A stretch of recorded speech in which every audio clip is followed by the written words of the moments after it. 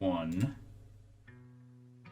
Hello, and welcome back to Beast Fables, a weekly show where we follow the lives of tiny animals in a massive forest. I'm Brian, and I'm going to be your narrator for today's adventure.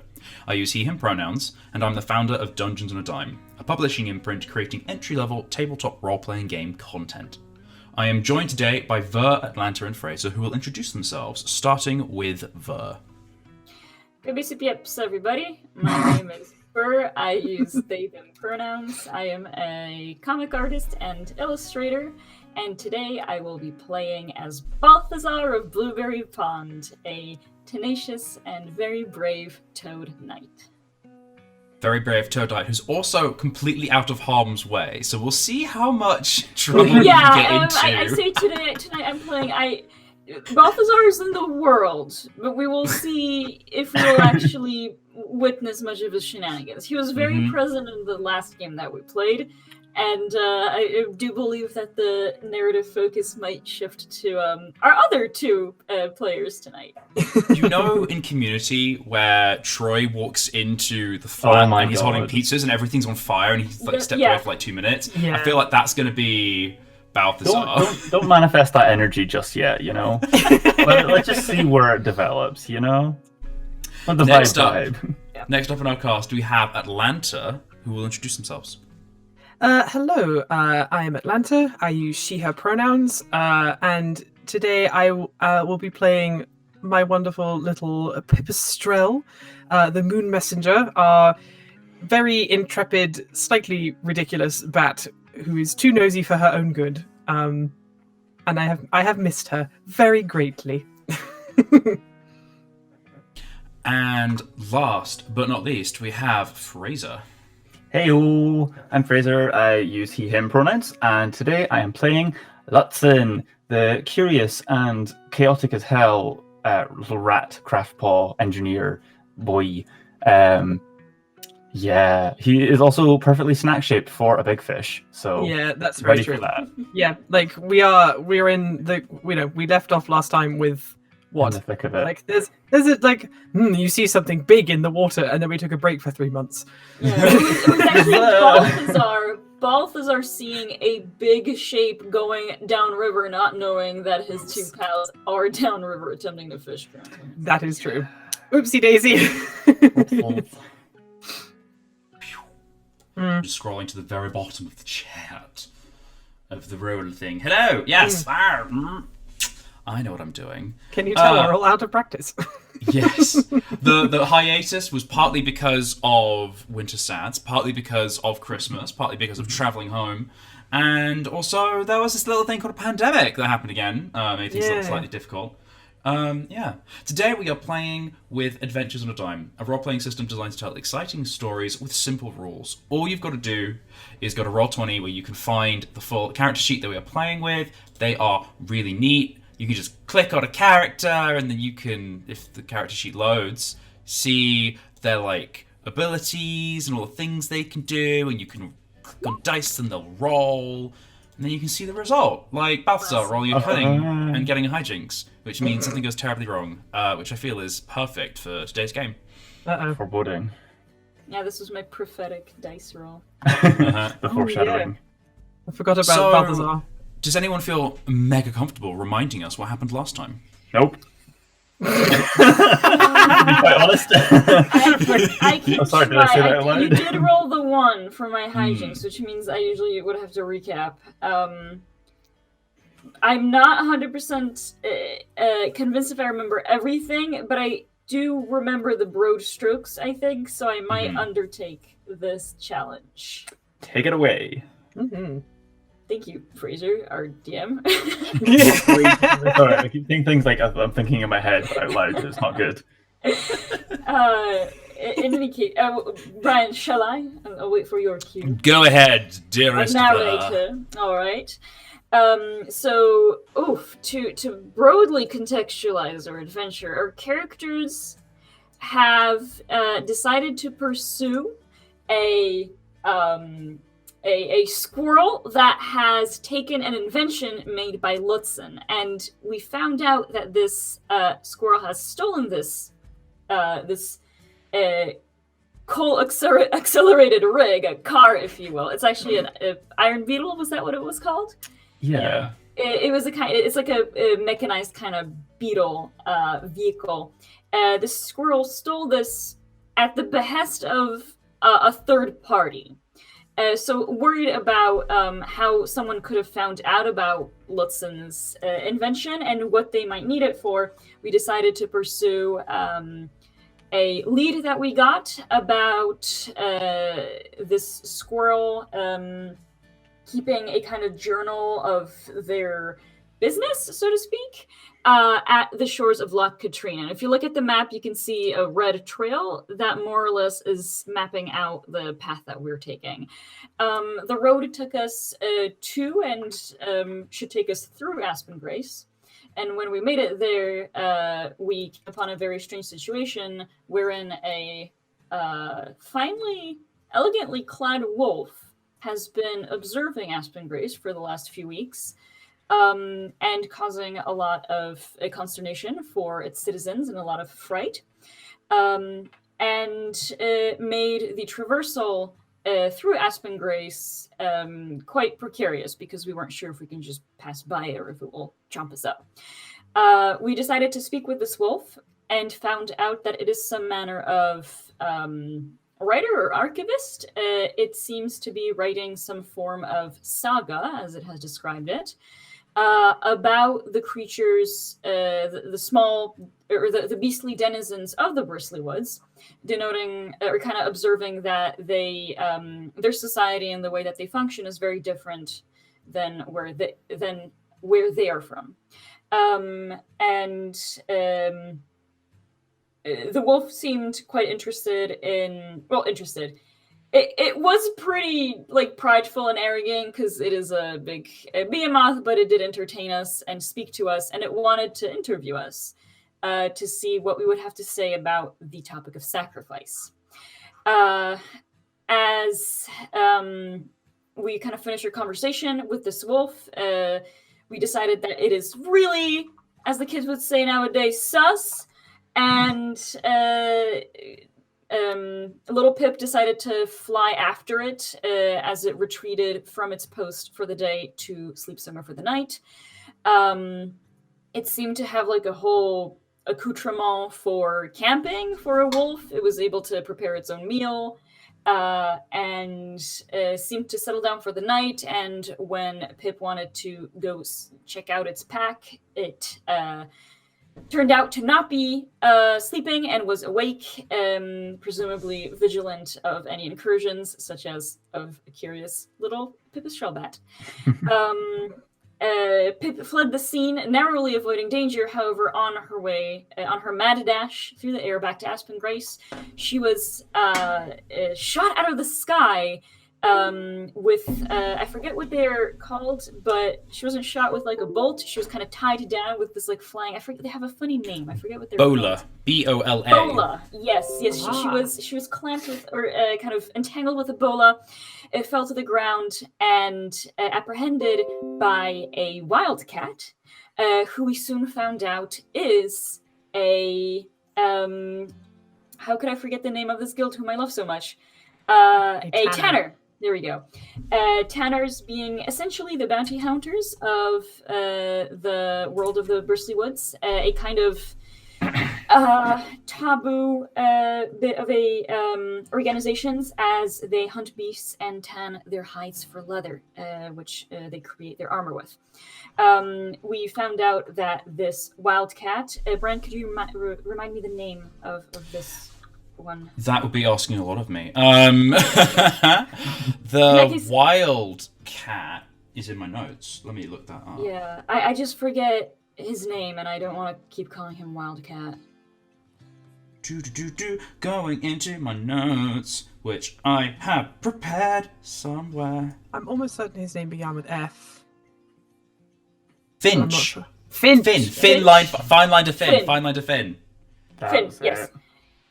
Line finder, not fine linder. Line finder, yeah. Fine So, Finn is a member of the Tanners and was quite suspicious of Pip and why she's speaking with the wolf, or he had assumed that she goes to kind of liaison with this wolf, speaking to it or informing it, and when Pip was insisting that she was simply curious about it and trying to find out why it's here and whether it's sinister or not, Finn decided to deputize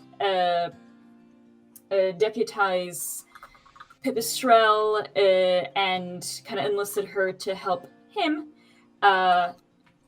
destroy this wolf, as he was given a bounty from Fangwatch and given the permission to hunt and kill this wolf if necessary, with the general instructions to drive it out of the Bristly Woods. The next day, it was the same evening, I think, when we all met and spoke with Finn. Balthazar was quite indignant, didn't like the notion of killing this wolf because it's just minding its own business. He still, for the longest time, he thought it's a fellow knight because it has a cape. So why would a fellow knight do anything sinister? Finn concocted a plan of catching a fish and poisoning it, and for little Pip or one of us or all of us to offer this fish to the wolf because we had kind of built a little bit of rapport with it. And then our groups divided a little bit as Finn went out into the wilderness to find the necessary herbs to create poison out of them. Lutzen and Pip decided to try their hands or paws at fishing. And Balthazar decided that he will go speak with the wolf and entertain its proposal of an interview about sacrifice, to kind of distract it while others are doing other things. But he also did earnestly want to have a conversation with this wolf. And we kind of focused on Balthazar and his conversation as he had a bit of a back and forth with this wolf, explaining, not only answering its question about his own experiences of sacrifice, which he, for all his kind of silly bravery and happiness, he actually has experienced a bit of sorrow and sacrifice in his life, and was able to convey his experiences to the wolf, who seemed actually quite thoughtful about it and seemed to respond to it. And Balthazar kind of turned the question on the wolf, asking what it has sacrificed, and it had mentioned that it had to, it wasn't able to raise its own pups because of its standing in the guild. That it had traveled so very far to kind of undertake this saga where from what I remember, other creatures, other wolves of this guild that it's part of, didn't see it as a particularly lofty ambition, didn't see it as a particularly important venture, because what could these small beasts possibly have to offer? In the conversation with this wolf, Balthazar implied that it might be in danger, that it poses this threat. Its mere presence poses a threat to not just Aspen Grace, but the Bristly Woods at large. And he tried to convince the wolf to seek refuge and further material for its saga amongst the Knights of Blueberry Pond, as the log of Blueberry Pond, as in a log being a toad fort, is just removed enough from everything that the wolf wouldn't be as obviously right here in the Bristly Woods. And if it became a ward of Blueberry Pond, it would be an official member of the general Bristly Woods community. So he had kind of hinted at the wolf pursuing this avenue to integrate itself into the society of the Bristly Woods. And the wolf did seem to respond to this. However, it was also going to take at least one more day to collect all its notes and all its thoughts. And as Balthazar parted ways with it for the day, he was joined by Finn, who apparently had been listening in on this conversation that Balthazar had. And there was a little bit of maybe not exactly butting heads, but Balthazar pointed out that the wolf doesn't seem that bad at all, and also he kind of made a point of why can Finn not believe it and give it a chance if Finn himself is a predator, which really struck a chord with Finn. He didn't, or struck a chord, rather, it kind of,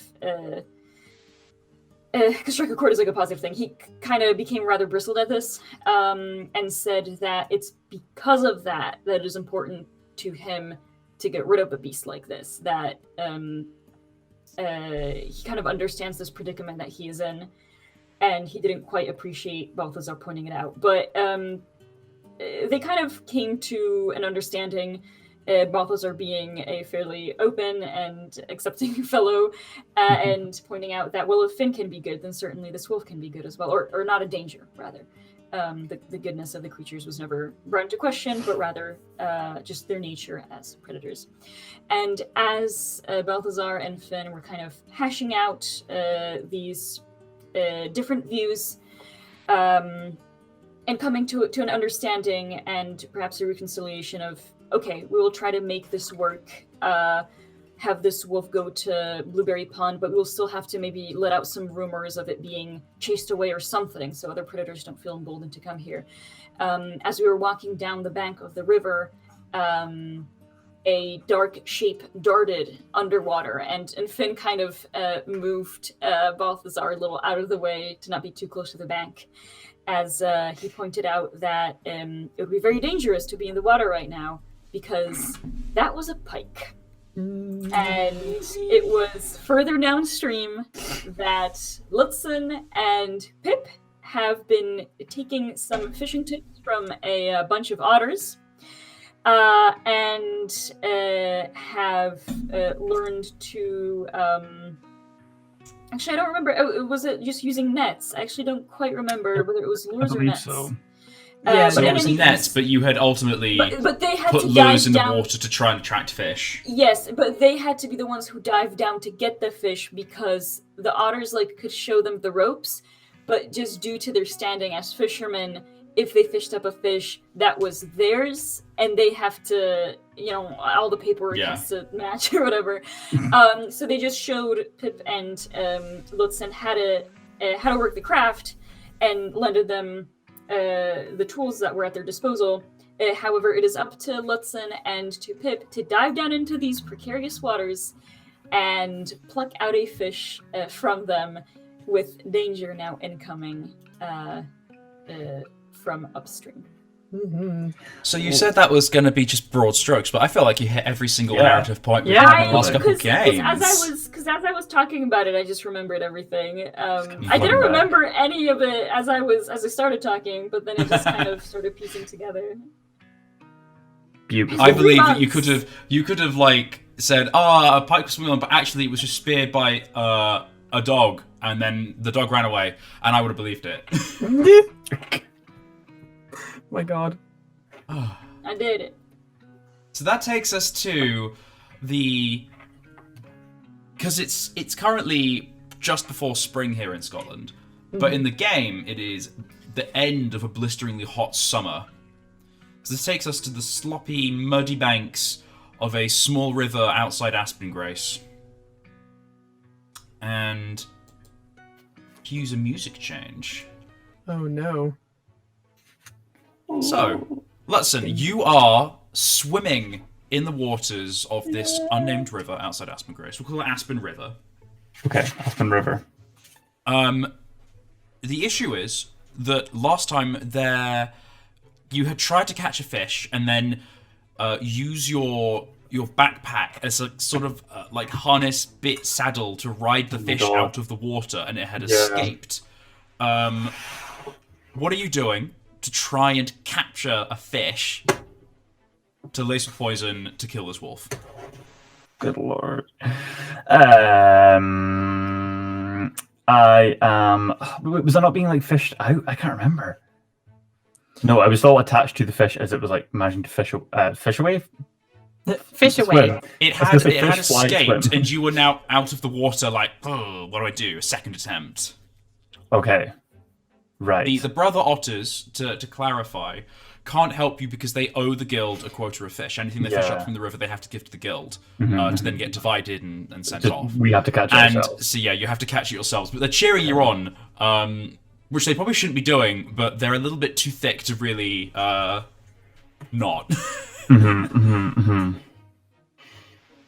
They're otters, but they're dumb, and that's okay. Yeah. Well, that seems quite a good plan. I wonder if there's something else we can maybe do, Pip. Yeah, I think sort of Pip would have been watching from the banks, like, you know, she's kind of privately thinking to herself, like, I don't want to get into this water because the water for the sort of fleshy membrane of her wings is really bad.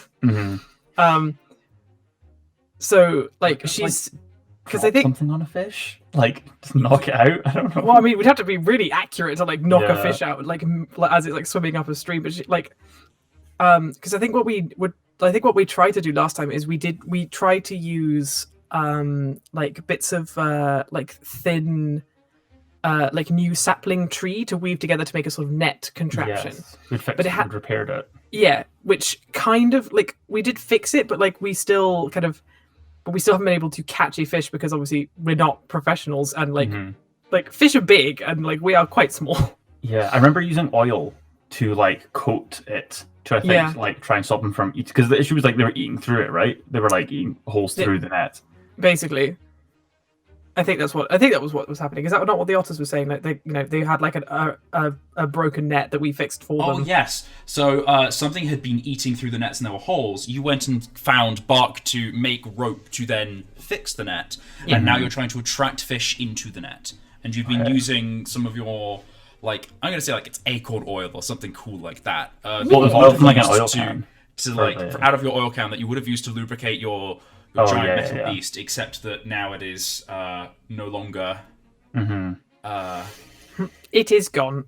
Yes. Well, no, the beetle is gone, but the oil is not. So you've been. Oh no, the oil is not gone. Yeah, you've been like lacing oil into like the net and then putting it into the river. So this is what it sort of looked like as a cut through. You've got like the slopes of the river going down, and actually like the banks do go up a lot further as well because the river is quite low. I've had an idea. So Pip, well, I mean, she can't exactly be like clap her hands together and eureka because, as we have established, nobody wants this. But like, she tugs on Ludzen's like on like the strap of his backpack. Oh my God, Ver, what do you no? But like, she sort of tries to get Ludzen's attention and says, "I've had a thought. By all means. Fish are curious, and you know they jump out of the water to eat insects, like airborne creatures do. What if I fly above the water just far enough that the fish can't catch me, but I am intriguing enough that they might come up the river to the surface, and we can catch them in the net?" Yes, that could work as a little kind of lure or something. So like she's looking around now because like she wants to see if there's like maybe some like loose leaves or something that she could like hold in her feet just to make herself look more intriguing, because like her general plan is to try and lure fish to like jump out of the water and maybe get stuck in the net, if that makes sense. I am trying so hard not to cry right now at hand, Pip. The net is like in the water. Yes. Right? Yeah, well, so you like can take it out. It could be hauled out. This is just sort of like the setup roughly. Right. Yeah, so where Brian has drawn this beautiful, beautiful net, let me draw kind of what I'm thinking. I'm gonna just, for the timing, I need to zoom in away from hand Pip just so I can concentrate. So there are like, okay, it's too small, but like fish kind of, but like they're beyond the net. So what Pip's plan is to be like up here. Up above, yeah. That's not how you draw a Pip, but there you go. And like it's good enough. We get so like she's like holding leaves in her feet, so she's like, "Ooh, look at Okay, me. more like fluttery things to, like, Yeah, attract. like a kind of attention. Got it. a fluttery thing to try and like attract the attention of the fish to like then swim into the net, so the otters or like Uh-huh. you could like pull the net and get them stuck. Have you seen how like net fishing like is done? It's quite like it's clever because they basically just wait for the fish to swim over the net and then they go yank and they just pull the net up out of the water Right. Okay. and like and catch them all. So like that's kind of what Pip is, that's what I'm trying to suggest. Yeah. Oh my god. Ver. Oh Okay. god. My only concern is, are we strong enough? Are we like big enough to do that? Oh my god. Okay, you know what? Fine. I concede. There you go. Perfect. That's the plan. Looking through his pack, and has mint and carrots, and I don't know if any of them are like food kind of lures that would possibly work.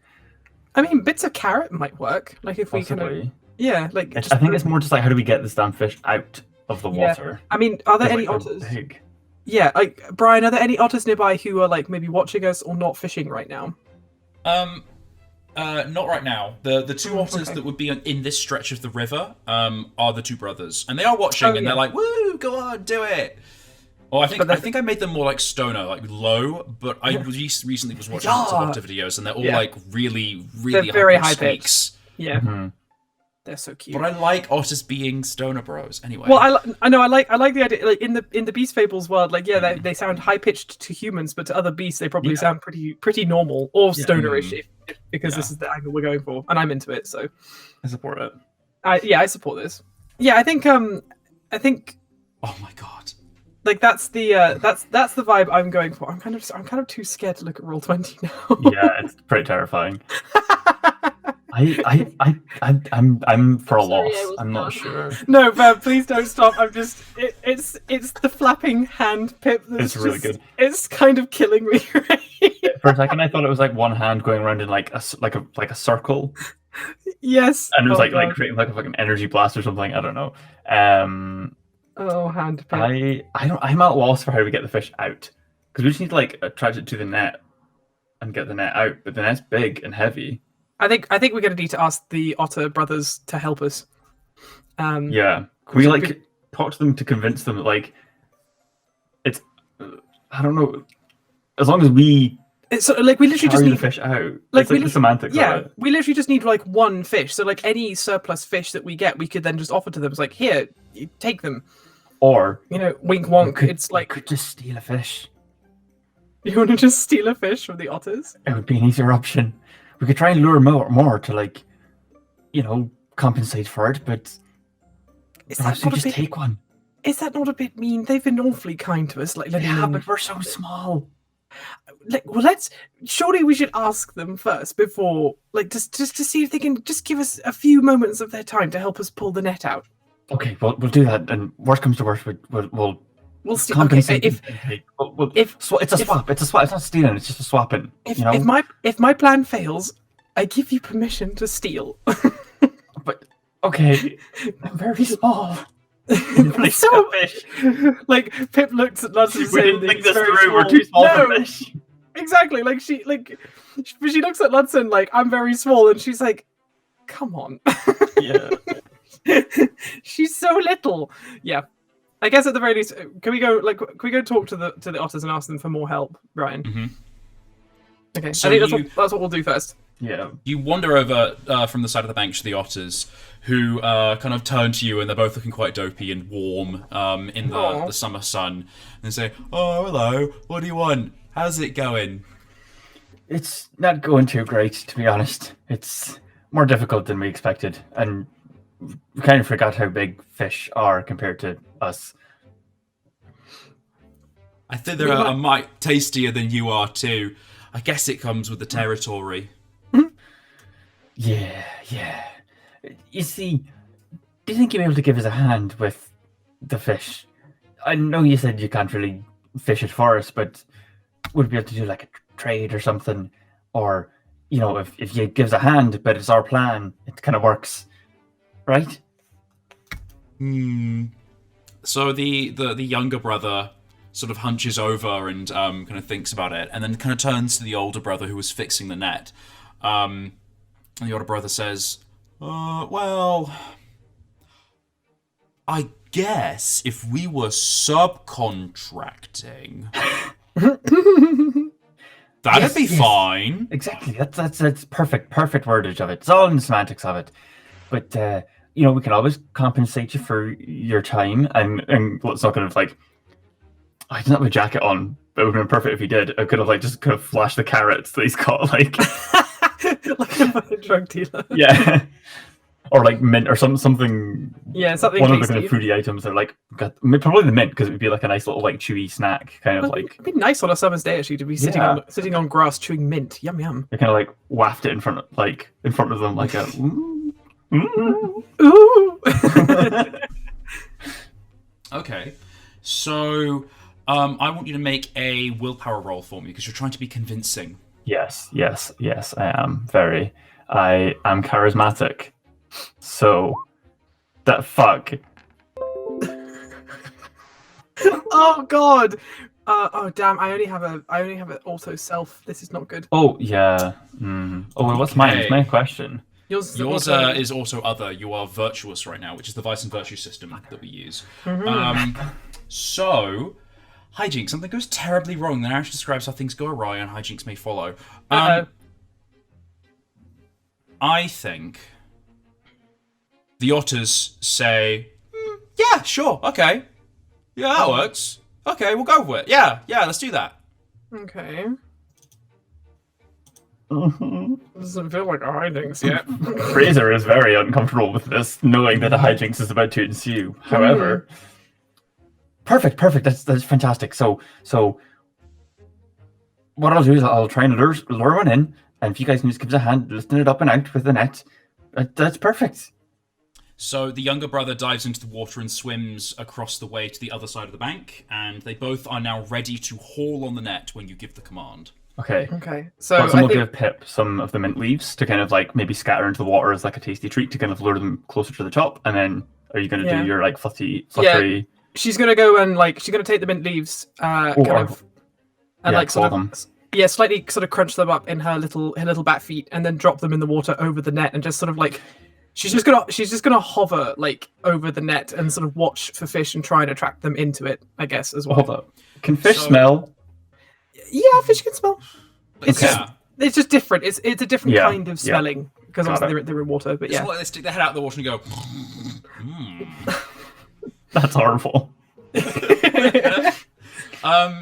So, Pipistrelle, please describe to me what it's like to be hovering and flying over the water. Well, it's a warm summer's day. It's not, as far as I am aware, it's not very windy. So, yet. There were hijinks.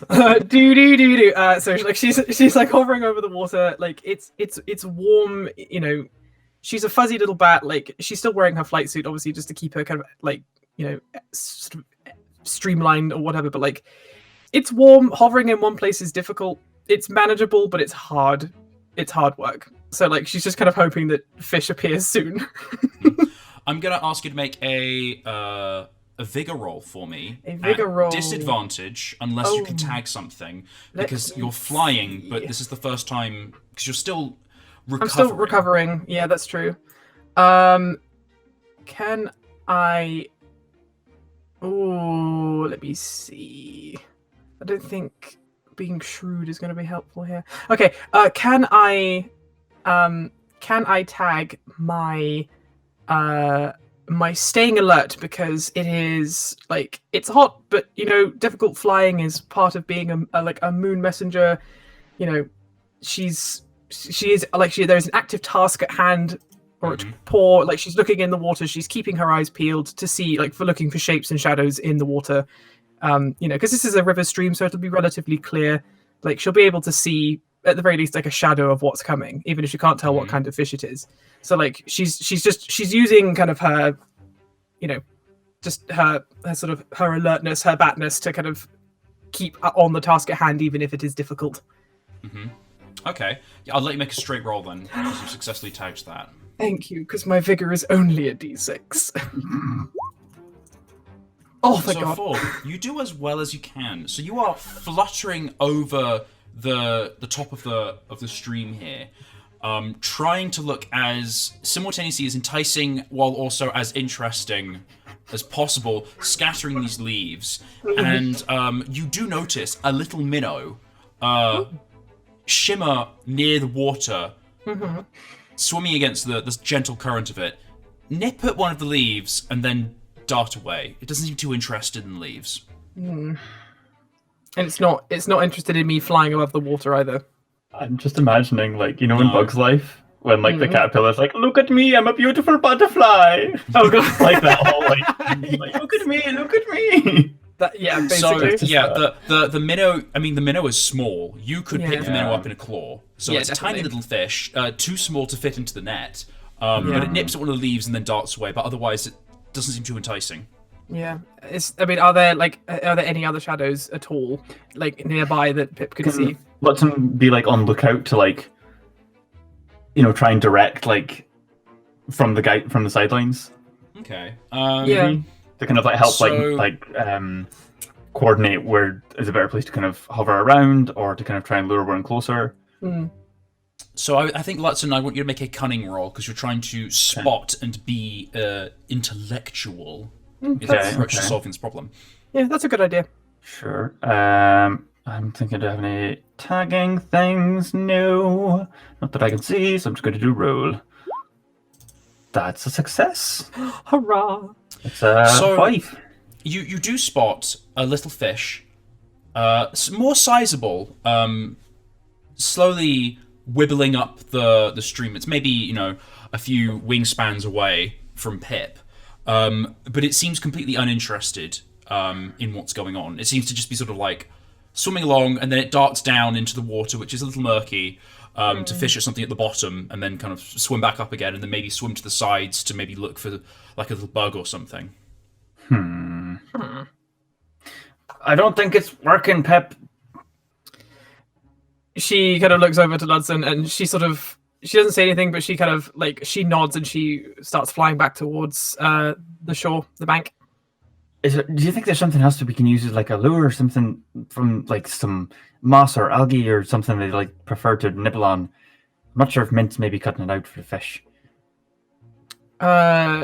Sort of Pip thinks a little bit. She looks around at maybe what is around us at the moment, and she sort of shrugs and says, "Honestly, I don't know what, I'm not an expert fisher beast, so I don't know what these fish would want. I mean, it's maybe those carrots that are in your bag, but." She doesn't want to give up the carrots because they look like nice carrots, and she wants So to like a carrot is worth. Yeah, I suppose a carrot. Like she kind of We'll do that. We'll swap it out. We'll try a carrot and we'll see. yeah. So like. you know. So imagine that like I do Ludson's also taking a remind carrot out of her you bag. that Yeah, you do, Pipistrelle, have candied aphids in your bag. I do have candied aphids. I'd forgotten about that. Okay, so this is just perfect. Like Pip is just being a little bit selfish. She knows she has candied aphids in her bag, and she's like, I don't want to give them up because they're so tasty. So she's like, yeah, let's try the carrot first. See how we do with that. Shady. I know she's a naughty bat. She's That's naughty fine. girl. We'll kind of pick up one of the smaller ones that would be carryable for Pip. Yeah, I imagine it's still kind of got the stalk end on it as well. yeah. Like, Because really green. I think what she's going to do is she'll probably shred bits of carrot like on the bank first, Mhm. and then like carry little feetfuls of carrot like over the net, and then like drop it, and then come back and like just a couple, like one or two just quick trips just to drop the carrot, and then she'll stand there. Then she'll be hovering over the river again, like watching the bits of carrot over the net and seeing if anything happens. Okay, so I want you to make a cunning roll for me because you're using tools, Okay. Oops. There's my character sheet. Cunning roll. and you're also taking regular breaks as well because you can fly over, drop it, look, and then Yeah. fly back and then rest a bit. Yeah, that's what she's doing. So because this is just a straight roll then. Hooray. I don't think I can tag anything for this. No, this isn't really nothing really appropriate. Yes, sir. You do better than Ooh. expected, and now it describes how things go in your favor.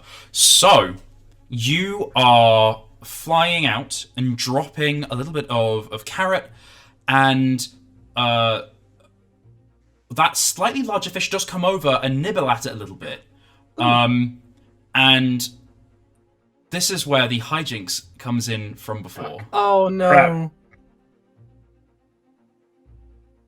This is where things start to take a very drastic turn. The unfortunate, you are looking and you are so excited, Lutzen, by the fact this fish has come over, that you miss the slight ripple of water much further down the stream as it approaches.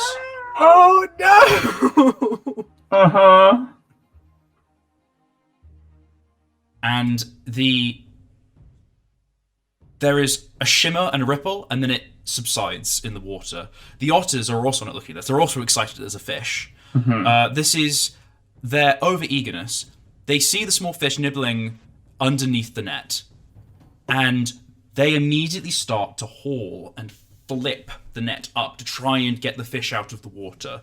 At this time, there is a darting motion. Suddenly, underneath your feet, you see another fish, Pip. A massive fish. The largest fish you've ever seen. Oh no. Larger than Lutzen. Larger than the otters. Oh god. Slice through the water, and in a single bite, just take the fish. It is now underneath the net as it slowly swishes up through the water. It hits the underbelly of this pike, this massive, violent, sharp-toothed fish, and flips it up and hits you squarely in the body, Pip. Oh no. God.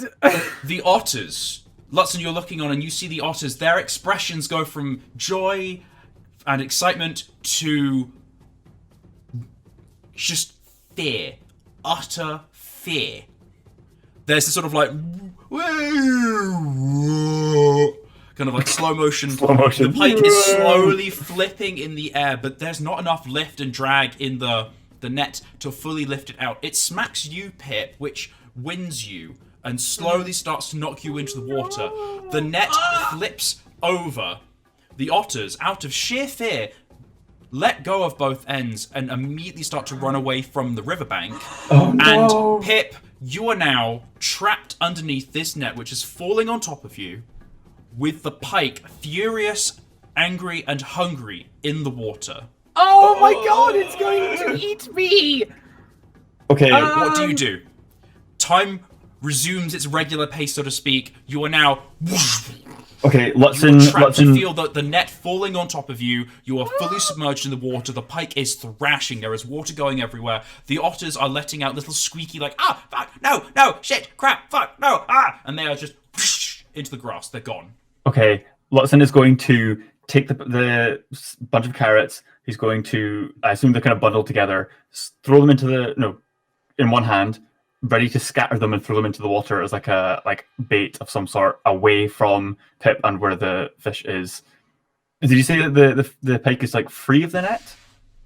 No, so both of them are underneath the net. So I'm gonna do a little scribble underneath the map. But like, if this is the net, is this sort of dome? Then we have got Pipistrelle. I'm just scrolling down on Roll20, and my god, yeah, there is some interesting artwork of Hand Pip here as well. it's amazing.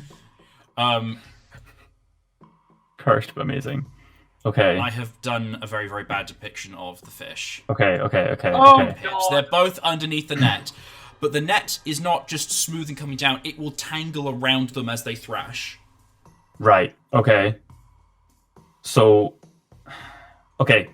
Lusten's still going to have the carrots in one hand. He's going to take his backpack and try and use it to jump into the water, but can he try and keep the backpack upright so that it takes like an air bubble down with him? Oh, smart. Well, as he's kind of ready to jump, we'll scatter the carrots over kind of to the side of like where the pike is as a kind of distraction or like bait, kind of over, I don't know, over this way. Unless it's going to try and get down to Pip to try and like help move. So sort of like Pirates of the Caribbean, you've got your backpack as sort of like the boat, yes, so to speak. yes. With the air trapped with you. Okay. It's not a lot of air. It's not, but it's better than nothing. Just so you're aware. So you throw the carrots and you jump under the water. I want you to make a cunning roll at disadvantage for me because you're doing a lot of things all at once. Okay, can I tag my outlandish solutions? Yes. Okay, straight roll. Oh, that's fine. Complication is expected, Complication. obviously. You barely managed to pull it off, but not without consequence. Now it describes how the situation becomes more complicated. Which happens first? Or, not what happens first, which succeeds? The carrot bait going onto the water, or you getting underwater with the air bubble? The carrot bait.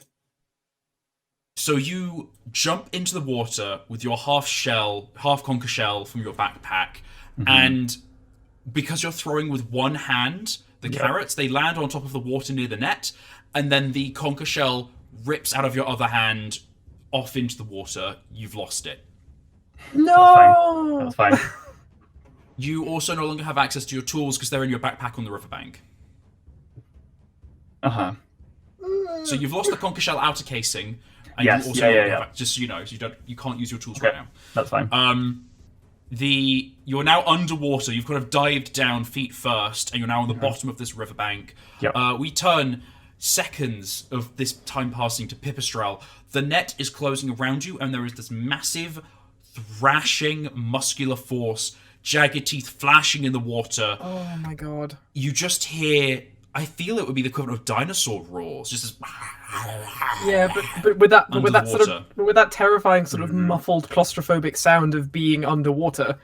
So like it's this like horrible booming sound in her quite sensitive ears. So she's like, she'll be scared out of her mind and very disoriented because she doesn't swim. She's a bat. Bats do not swim. They don't like water.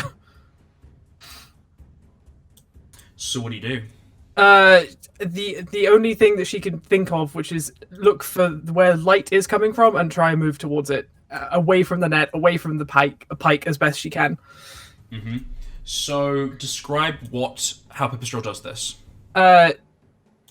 So again, using her sort of using her hearing, using her bat ears, she's going to she's going to move away from the pike to the best of her ability, and again, because Bat's eyesight is actually pretty good, she's just going to look for light. She's not even going to look for like which way is up, which way is down. She's just going to look for where is light coming from. Light means surface. I will go to light, and I'm away as much as I can away from the pike and away from the net. She's gone right into just sort of like basic animal survival mode, just relying on instincts. I feel like you're trying to use your cunning, but you're underwater, your ears are plugged, you open your eyes, there's silt in the water, your eyes sting. I want you to make a willpower roll for me at disadvantage. No, it's only a D6 because I haven't had. Can you tag anything? Can I tag like, are you my dexterous? Are you like nimble? Are you?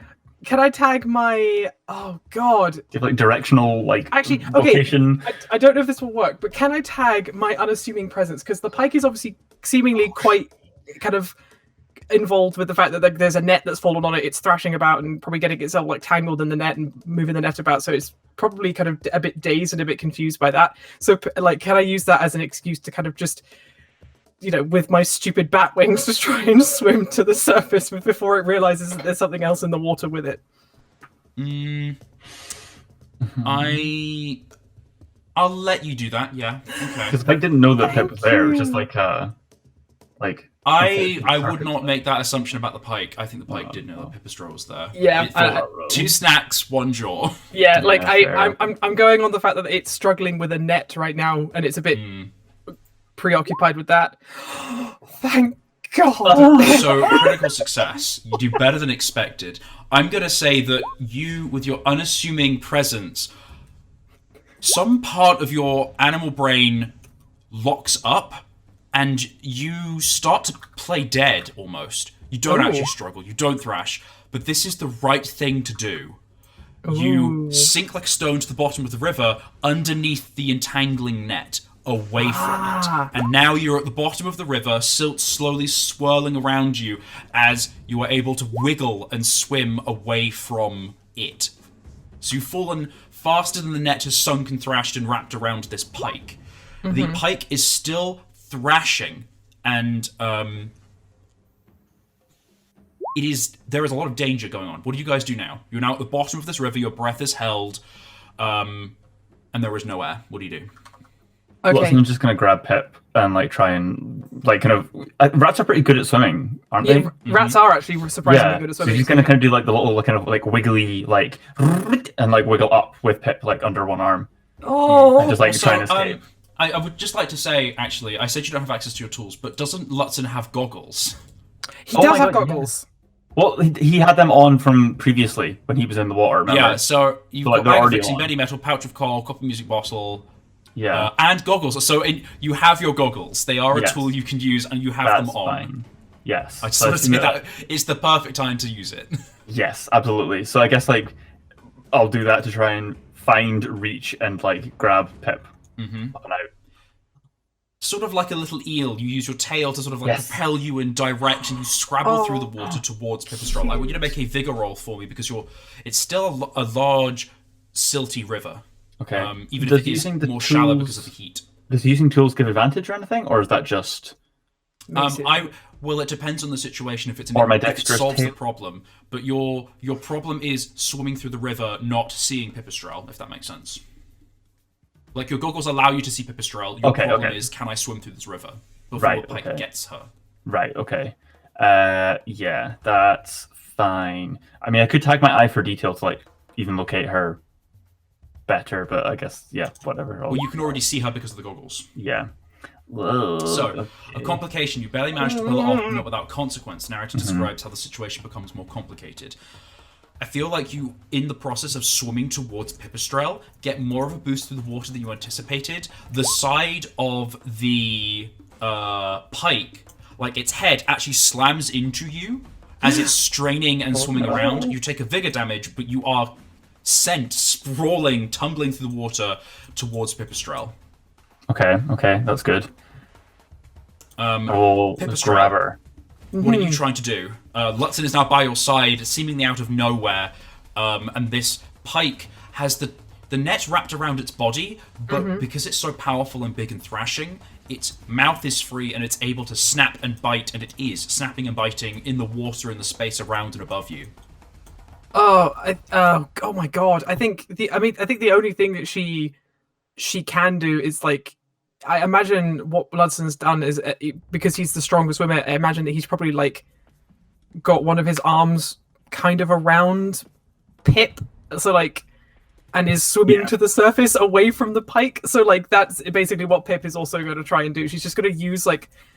She's going to kick her little feet. She's going to use the one free bat wing that she has to, like, help Ludson just to get through the water. Just use, again, whatever she has to, like, just get away from the pike and out of the water. That's the only thing that she can think of right now.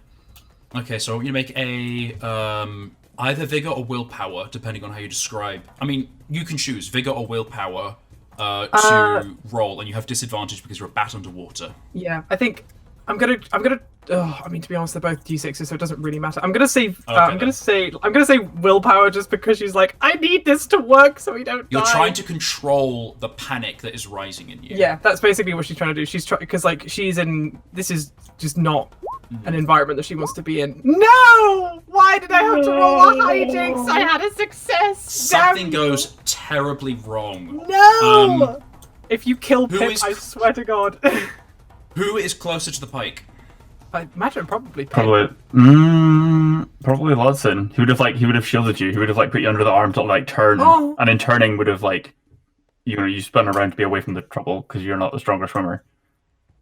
Oh no! There is a current in the tribute. water that swishes around, and you are separated. Pipistrelle, you look back and see the terrifying sight of four of fanged maws opening and then snapping shut around Lutzen. Lutzen, the fish has snapped down on you. You take a vigor damage from the force of its hinged jaws snapping down around you, and you were a little nicked by the teeth, but you were now inside the fish. Oh God! Like fully inside it. Fully inside. Not swallowed, but you are sort of in its jaw gullet. It is entirely dark, and yeah, I'm just gonna You're use my inside little a fish. claws. I'm just gonna scratch like there's no tomorrow. I'm just gonna go claws out and just try and like tear the inside of its like gullet, mouth, throat, cheeks, like whatever, just tearing smart. about and just try and like cause it to open its mouth so I can like swim back out. Or yeah, I'm wrecking havoc in here in like a Yeah. freaked out panic. I want you to make a vigor roll at disadvantage for me to see how successful you are at doing this. Pipistrelle, the force of like the snap and the moving in the water, you are now at the surface. You take a deep breath of air, and waves of anxiety and panic wash over you. Lutzen has just been eaten by a fish. Would I be able to tag? This is so stupid. My scavenging, as like a kind of knowing a good way to where it would be good to target Break off a tooth! for my apprentice engineer. Being able to find interesting materials and interesting ways of finding things. This is really bad. Keep going with that analogy. We're going to go with Pipistrelle first, but keep thinking of a way that you could tag that. That right now you don't know about fish, and you're not. That's not seem to be in your repertoire, but that feels like an interesting threat. So think of a way that you could use that to escape from a fish's mouth. Pipistrelle, what do you do right now?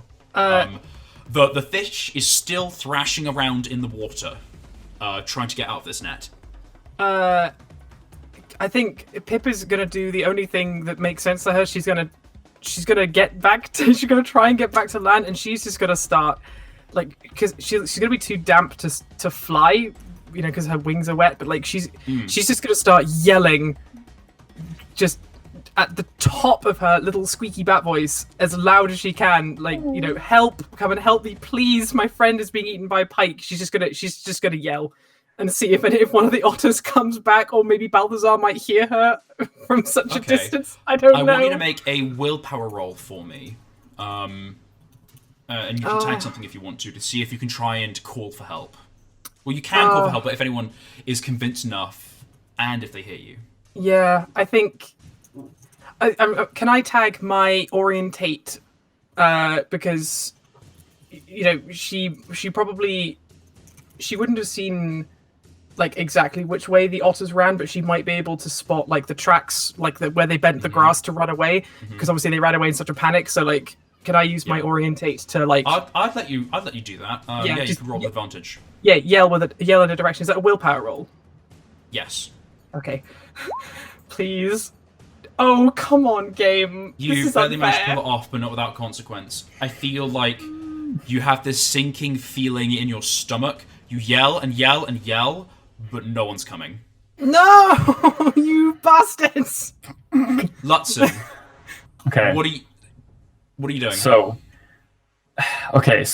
I was hacking scavenging, but it's kind of comboed with that and structural engineering from his apprentice engineering job.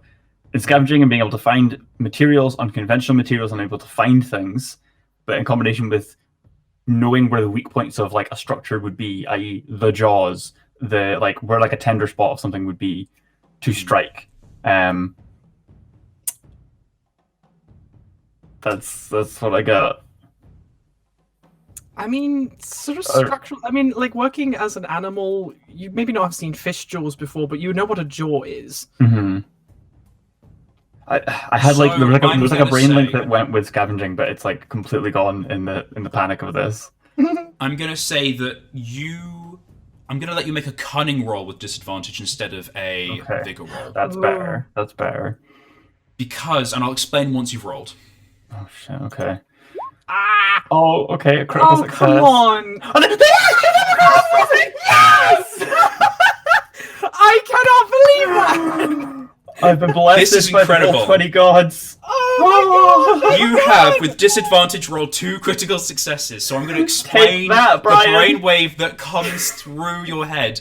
You realise that the gills on the fish are one of the weakest spots, and they are the lungs. They are also behind the jaw. You have the ingenious idea of letting yourself slip down the gullet a little bit, holding your panic at bay so you can start to scrabble and scratch at the muscle and mucous interior of the gullet, hoping that you can get to the gills. You scratch as much as you can. That's nasty. And there is no immediate effect, but you are scratching and scrabbling and holding yourself inside of this fish's gullet. Mm-hmm. Pipistrelle, what do? You see the water is still thrashing. It feels like hours have passed. You are terrified. Oh God, I don't know what I can do. Hang on, I need to In check. fact, I my feel like inventory. there's a sense of hopelessness in the air. You take a willpower damage because Oh no! no one has come to your screams. A pike has eaten your friend. You're very distressed right now. Oh God. Okay, she's gonna do the only thing that she thinks that she can think of now.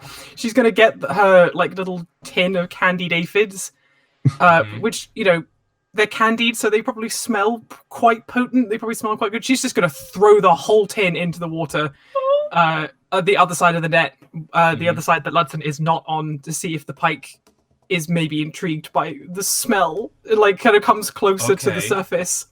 Okay. I want you to make a cunning roll with advantage Yay! Thank because you. you're using a tool and you are doing rolls. So that was a 9 and 3, so a success. You do as well Oh as you my can. God! This is the chain of events.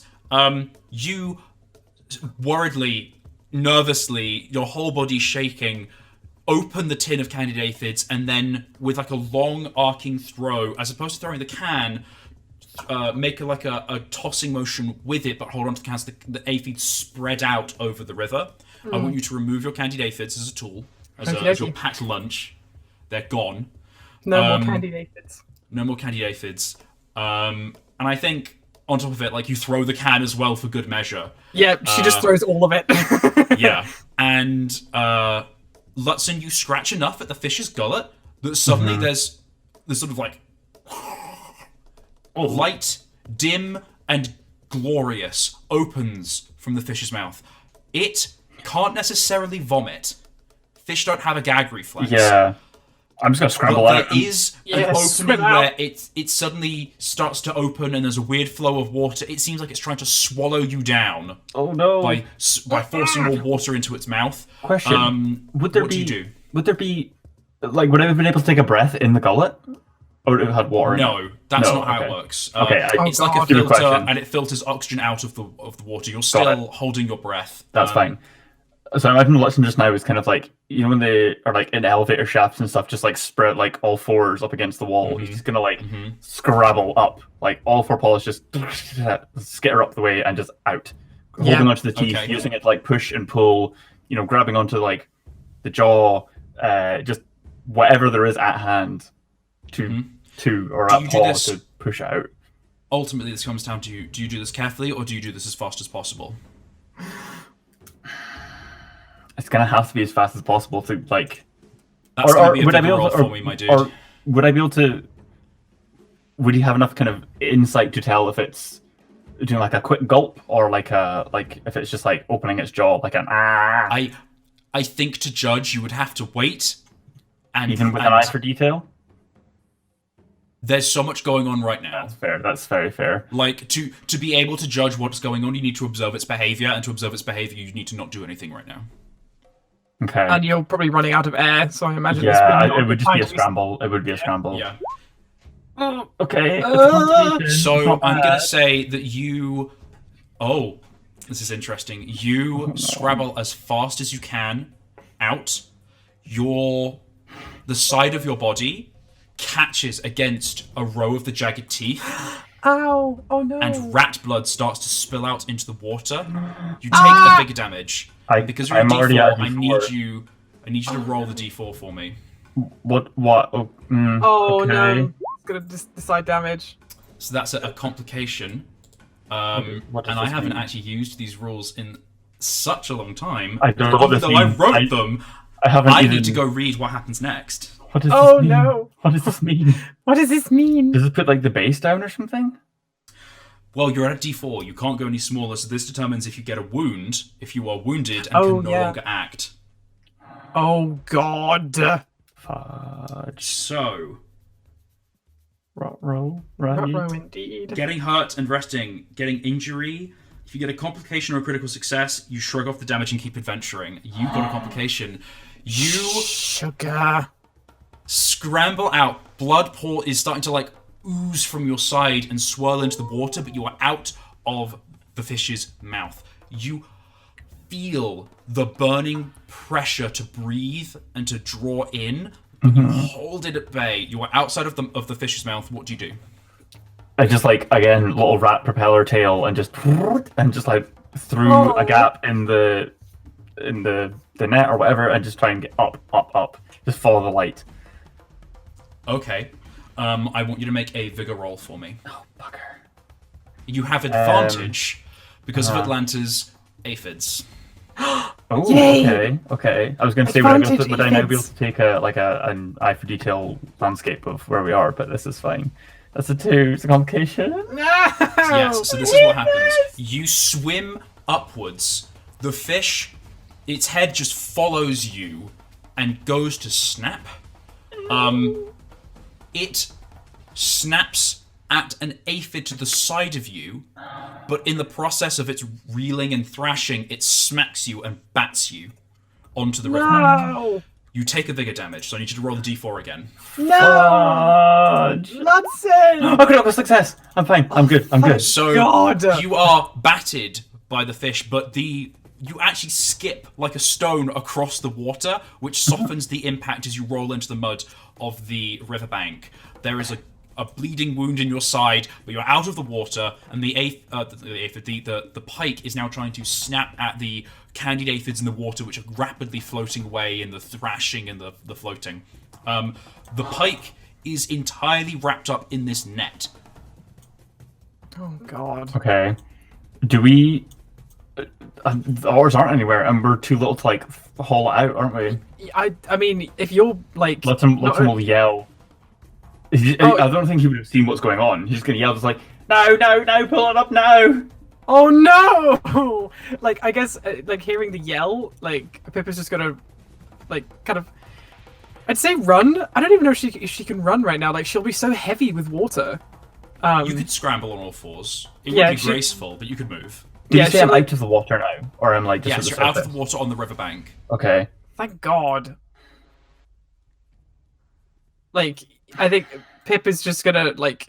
I mean, I imagine she's probably like seeing Lutzen like on the riverbank, like seeing him bleeding, and like in a little like hoarse voice because she's been yelling and like crying a little bit because she's so scared and like no Lutzen, no Balthazar, like she's sort of scrambling over on like all fours, like Lutzen, oh my goodness! She sort of like looks at the wounds like.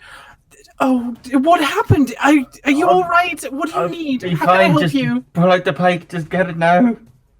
We Go can't get the now. pike. The otters ran. They left us here. Oh, those bastards. We need to come up with some beast spells. Pip is like, The heathens. yeah, like Heathens. heathens is funny. Like Pip is just like gibbering now. She's nervous and she's damp and her fur is all wet and her, she can't fly. She can't go and do anything. She's just like gibbering basically. She's not really making much sense. The fish isn't worth it. No, this was not worth it. This is not worth it at all. He's like very short of breath, I think. He's just very like... Yeah. I don't think I have anything that actually did. Oh, actually, can I use my poultice on the wound that Lutzen has? Because I still have a poultice on me. Okay. The wound poultice you had from Brambledam All the way those from weeks ago. all those weeks ago, because I haven't actually needed to use the poultice. I've used up all of my bandages. Well, but still I would poultice. say you've needed to use the poultice, but you haven't. I have, but I've just been like, I'm going to save it for a special occasion, and I'm very happy that I did. You have a flashback to the little cabin that you stayed in Mushroot when you should have used the poultice and didn't, and think there's no better time than now. Yeah. And as Lutzen is trying to regain his breath, you start to slather on this sticky, thick poultice out of a clay jar from your bag. And thankfully, it actually had a wax seal so that no water has seeped in and ruined it. Because you fell into the river, and so everything you have is soaking wet right now. And you slather this thick, waxy poultice on, and Lutzen, you take a sharp breath in as it actually stings and tickles all along the side of your body, and you feel this wince of pain. You actually freeze up and have to like as no. Pipistrelle's like clawed fingers scratch over a rib. Oh! And but this poultice is now smeared over the side of you. We'll see what happens after later on, because poultices aren't immediate. No. Oh no! What do you do now? What can we do? Nothing. Yeah. I mean, so the otters have all run away. So I imagine they've left behind stuff like fishing supplies, little bags of things. I imagine. Mm-hmm. Okay. I want Pipistrelle and Lutzen. I want you to make one of you to make a cunning roll for me. Oh. Just in Straight general. roll, just a straight roll. Okay. Because this is going to determine something for me. Okay, I can make a cunning roll. Fuck. Oh no. So Lutzen did that. I had a high You were on the cunning. other side of I had a high cunning. you were on the other side of the river to all of their fishing supplies. You're on the opposite side of the river to the one you walked along to the one that is on the way to Aspen Grace, if that makes sense. We got booted out on the other side. Okay. In that case, then, Pip will be. She probably can see the supplies of the otters on the other side. And she's sort of silently cursing that their bad luck. Is there anything around that I could use to maybe wrap up the wound? Like, are there some like anything? Dried leaves, bits of tall grass, anything that I could use, just to put something over the poultice to help it stop. Make a bleeding. cunning roll at disadvantage. This isn't necessarily a skill that you have. No, it's not, and I don't think there's anything. No, there is nothing I can tag that is helpful for this. Perfect scavenge. Thank you, roll 10 and a 6. So you grab some broad leafed reeds, and you sort of like grab them and bend them down and start to like cut off with your claws and tear off more like some of the reeds, and you fold them over and then hold them onto the wound on top of the poultice. You just apply pressure. And you are also drag Lutzen a little bit away from the side of the riverbank out of caution. Yes. The pike is continuing to thrash in the water. It is caught in this net, and it is completely unintelligent as a fish. It doesn't know how to escape from it. Yeah, it's just... The aphids are now completely gone, and it is just swimming, trying to swim somewhere away, but it doesn't know what to do. Okay. I think Pip sort of probably, because I imagine she can probably still see like the thrashing and the tail occasionally appearing out of the water. Mm-hmm. She probably sort of privately to herself think, well, thank the trees that this thing is still captured and won't be hurting anybody else anytime soon. But mostly her attention will be on like just having watched beavers in Brambledam when she was like being looked after. She's just basically trying to remember anything of that and just trying to help, like putting this poultice on and like putting a bandage-ish kind of on Lutzen to see if that actually helps him. But yeah, that's about all I can think to do right now. Just try and bandage the wound. Yeah, priority is not this damn fish. Yeah, not the fish. We are moving not from second to second now, but from minute to minute. I would also like to give a slight warning to Ver, who may be entering the scene as Balthazar and Flynn move their way up the river. Oh. Yeah, I am warned. Balthazar, help! Wait, are we now in this scene? No, we're getting close. You're approaching, so I just thought I'd let you know that I might take you in at some point soon. So, what do you guys do? You are watching this fish, and you see that through sheer force, it will bite its way out of this net eventually and escape. Did you see where the otters went? I think Pip sort of looks around, probably spots like the bit of bent grass where she saw the otter ran, and sort of gestures vaguely that way and just says, that way? I don't know which way that is, though. There's no others around, is there? No, I think it's just us right now on the riverbank. I thought there was like other, but I guess it was just the two brothers. Well, I think there were, but like they were much further down the river, and I think literally, right. I think the point was like as soon as they saw the pike, the brothers probably would have run and like just scrambled away and like, sounded the alarm to all the other otters on the river, like don't go down that way. There's a pike. Yeah, so. fair. I think Wilson will kind of like gently kind of get up, if possible, and kind of just go over to like a wee like tree, base of a tree, and just kind of slump down, Oh no. and just rest, like just so he's further away from from the edge of the water. Pip's gonna go and like sit next to him, but like she's still incredibly damp, so like she's kind of, she has her wings kind of spread out a little bit. She's actually what she's gonna do, she's probably gonna, instead of sitting next to Lutzen, she's just gonna like lie next to him in the sun and just wait for her wings to dry out. Pretty cool. It's like, I would offer a carrot, but I kind of threw them all at the pike. That's okay. I would have offered you an aphid, but I also threw them all into the river.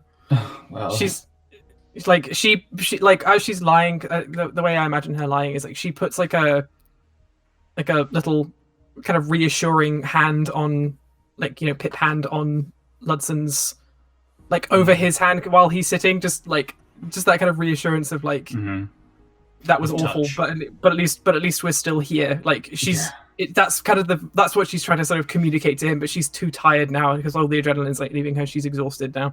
Yeah, Russell just gonna say like, well, I guess now I know what the inside of a fish looks like. If I ever want to make a metal fish, now I know.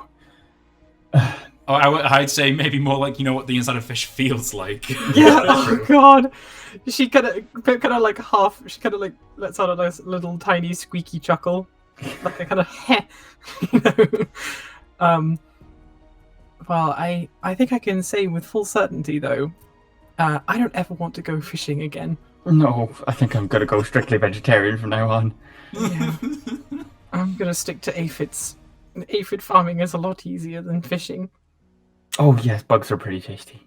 But but bugs are so sweet. Has Balthazar ever introduced you to Icky Lucky? I don't think so. Well, we'll have to see if we can persuade her to come out at some point. She's so sweet. I really hope that we have a backup plan for another way to. I didn't really feel so good about poisoning that wolf. Wolf or fox? It was wolf, right? Wolf, yeah. Wolf. Okay. Wolf. Yeah, Pip sort of kind of turns her head slightly to look at Lutzen and say, well, I sort of agree with you. I mean, There was a backup plan, and we tried, but hopefully Balthazar was a bit more successful. He can be very persuasive. Maybe he changed. Maybe he changed Finn's mind. Yeah. If anyone could, it would be Balthy. That's true. So, Pipistrelle, in this short span of a conversation, it's summer heat. You're already dry. Well, you're damp as opposed to soaked. Yeah. You dry off very quickly. It's Hooray! beaming, like it's direct sunshine. It's like, maybe like noon right now, so it's the hottest it's going to be. And we had like summers that we had like 35 degrees last summer, so That is I very don't true. doubt that it's very hot right now. Yeah.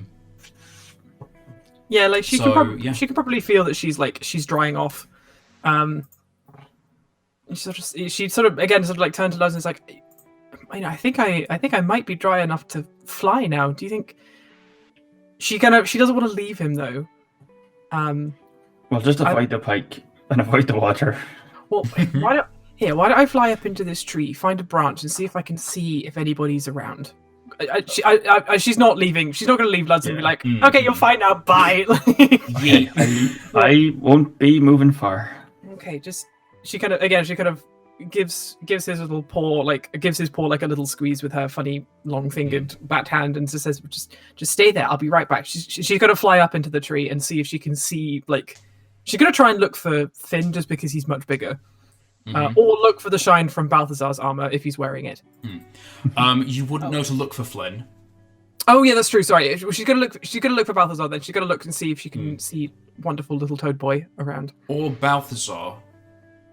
Why not? I guess. I thought they were... Because they are moving towards you, but you don't know they're moving towards you. They're meant to be with the wolf right now, which is like the other side. Oh yeah. Yeah, we never really coordinated like a meet up, except for being just back at the Aspen Grace. Was it? Yeah, Aspen Gracie. Okay, so sorry. I mean, it would make sense that you would look for the otters or look for anyone else, but I just Okay. just to know she wouldn't specifically look for them because. Okay, no, that's that, okay. Sorry. Well, then, sorry. Let me retcon that. Then she's just going to look around and see if she can see anybody in the near vicinity.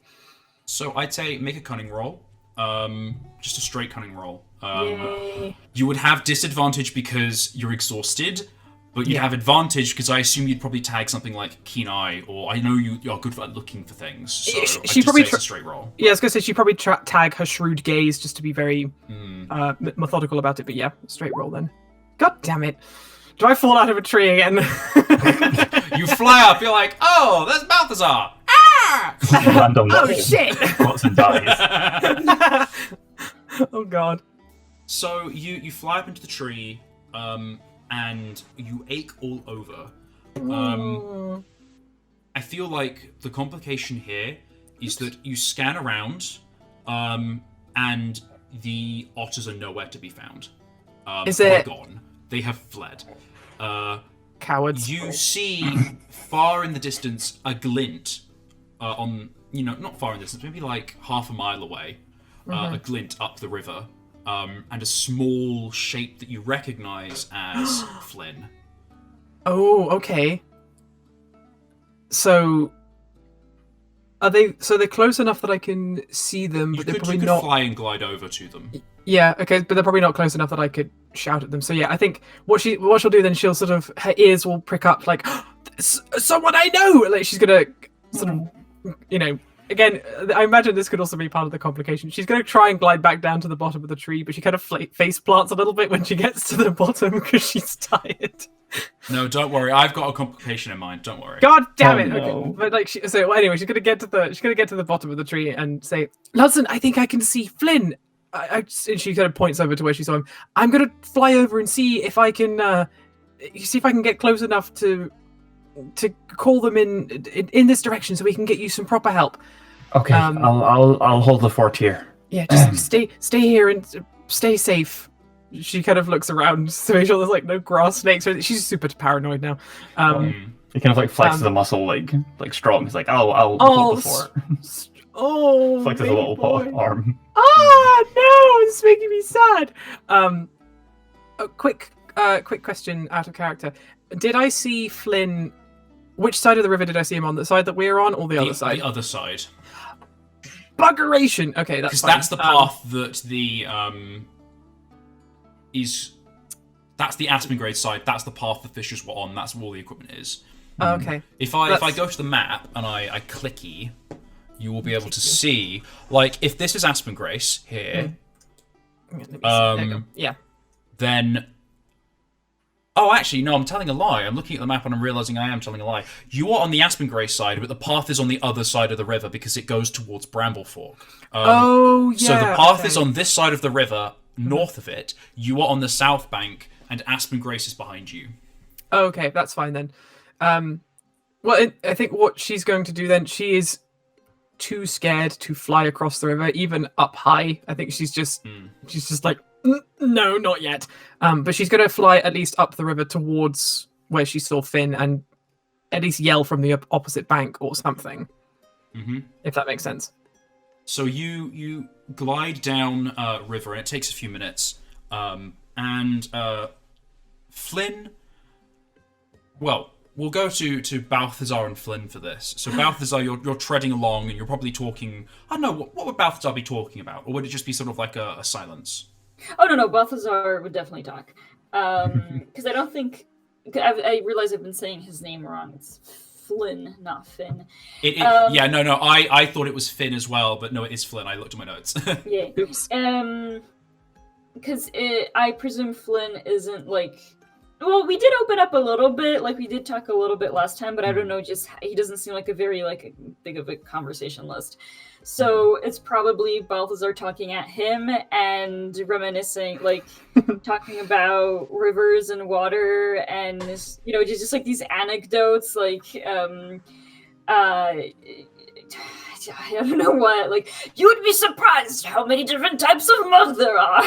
And talking about the different properties and, like, kind of, slapping the mud with his feet and being like, this one would be very good for this and that. And just kind of talking at Flynn because it's like, oh, we're cool now. And we kind of had this moment.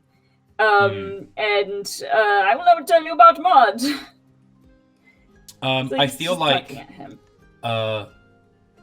Flynn. It's not that Flynn isn't a conversationalist. Just Flynn is very used to being alone and not talking to people. Oh, So Flynn is a little not overwhelmed, but this is the most conversation that Flynn has had in, aside from like the briefing at Fangwatch in weeks. So Flynn is just taking it in, and occasionally makes little yowls of like, yes, huh, okay, and is very much you can tell by the expression on their face when you look over that they are absorbing all of the information, but they're not responding, if that makes sense. Okay. You can see their little eyes flicking away like, yes, this kind of clay is good for baking into pots, this kind of clay is good for walls, and like categorizing it in their mind. And That's really sweet. then Flynn all of a sudden rears onto their hind legs and grabs a bola from their belt Oh, for before God's sake. pausing and going, "It is your friend. Pipistrelle has returned." Balthazar kind of looks like, I think he felt like a little, jolted when suddenly to get the bola, and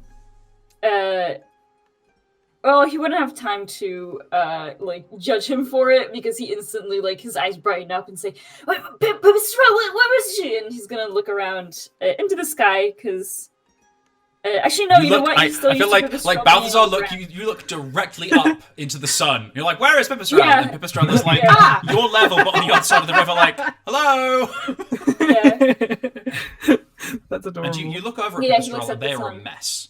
Oh, Their no. flight Wait, suit we're a mess? is. No, Oh, I am- Pipistrelle's a mess. Sorry. Pipistrelle's a mess. Their flight suit is previously a lovely dark green, is now murky, covered in silt and pond scum, half dried on. They have the equivalent of bed hair, but for a bat, because they've been soaked and then dried in the sun. So like half of their mane sticks out, the other half is flattened to their like arms. They look like they have recently survived a drowning, which is true. Yeah. But Balthazar doesn't know this, and kind of like looks over squinting, and says, "Oh, I see you've finally tasted the finer things that Otter would have to offer. Yes, how has your fishing been going? Oh, God, I think... Why don't you? It's so far away on the other side of the bag. How about I come over to you?" Oh, immediately throws up her little paws, like, whatever you do, do not get into this river. Not here, not now. With a real sort of, like a real note of panic in her voice. He's like a little bit taken aback by this, as in like instantly worried. Yeah. And says, where's Lutzen? Are you just traveling alone, or did you two split up? Pip, like, she starts getting, like, really, like, unexpectedly emotional. She's, she feels tears stinging in her eyes, like, she's exhausted, she's terrified. And she kind of sniffs and says, like, sort of, kind of, quietly, but, not quietly enough so they can't hear her, but, like, he's hurt. Stage whisper. Yeah, stage whisper. And she kind of points back towards the tree where she left him. He's like, he's over there, but he's bleeding, and I put a poultice on it, but I don't know if it's enough. I don't know how to get you across this river. Well, I mean, I can walk through. Don't worry. And as you start to walk forward, Flynn puts their hand again protectively in front of you, shielding, says, "I don't think that's a good idea, Balthazar. We did see that pike only minutes ago." Oh no! Did it get all the way to here already? Pipistrelle, did you see the pike? The pike is what hurt Lutzen. He got stuck in its mouth. It bit him. He's bleeding. I don't know if the poultice will work. Look, we'll run down this side of the bank and see how fast we can get there. Just go ahead back to him. We'll make it to you. and Balthazar's gonna start up, running. Oh, cute. Before you can, Flynn again has their arm in front of you and says, "It's fast if you just get on," and sort of leans a shoulder down for you to climb onto Flynn. Oh my god. If you guys could see my face, I was like, "Oh!" Balthazar just kind of like he's in action mode, so he just nods and Legolas swings himself on Flynn like he's a horse. No, I feel it would be less Legolas and more Gimli, but yeah, you're absolutely right. And it just kind of like it just climbs up. Especially if Flynn has like any additional kind of like belts or stuff on him, you can use that as perches. Just hop up and say, That's cool. thank you, dear Flynn. It's very kind of you, gentlemen. Hey ho, let's go." Flynn kind of like gestures that you grab onto the fur at the scruff of their neck. And once you do, I feel like this should be a TikTok little video of like a toad on a cat scrambling. Yeah. But the cat then Flynn just bolts down river towards the direction that you gesticulated, Pip. Faster than you can fly, actually. Yeah, she'll be You start to flying try and along flap above to them. then fly over, but you see just this sort of like as Flynn darts down up river. Bullet train Flynn. Yeah. Get you a cat friend to carry you places. The cat bus. Yes. What's really fun for you, Balthazar, is how smooth the ride is. Ooh. Flynn is actively using their neck and head to try and what's the word? Act as suspension. Yeah. Oh, Like that's a car cool. would. So like they're using all of their limbs and their joints to like absorb the running speed. So they are almost pouncing forward, but then using their limbs to like adjust so that you don't get bounced off. So it's a surprisingly smooth journey, but you hear this sort of like rushing of wind around you. And it's this strange so cool. sensation. You've never moved so fast in your life. Well, if I may, Balthazar and fellow not knights have jumped on the back of a running boar before. Ooh. Oof. I feel But that like- was bumpy and terrible. And Yeah, I feel like with the boar, it's sort of like you were so. There's a difference because with the boar, you were so intent on like holding on long enough that you could do a task that you didn't really recognize what was going on. But with this, True. it's sort of like Yeah. you're at the There's top. a Ooh, joy. it's the same feeling as when you're on a double-decker bus and you're at the very front of the double-decker bus or on the top, and you're like watching the world go by, and you're like, ooh. Yeah. I think he gets like a little like starry-eyed, like bright-eyed. Aww. Really, really enjoying this. But he's not gonna like go like yell or anything like woo! Now So- this is pottery. Oh my god, I love it. He's fine. Oh my god, I think it's canon that Balthazar would be the one to invent the word poggers, but yeah. Pod racing, like Hog race. made a Star Wars reference. They didn't say pod. How dare you? Anyway, Flynn skids to Yeah, I said Audacity. poggers. That's worse, my dude. Anyway, Flynn then, with claws out, skids to a halt near where, like across from where Lutzen is on that part of the river, and looks as the pike in the net has managed to bite its way most of the way out, and then flips in the water and swims upstream free of the net. Damn it. All that and nothing. Bye, bye, bye. I think Balthazar definitely just like has the instant reaction of like reaching for his hammer when he sees the pike.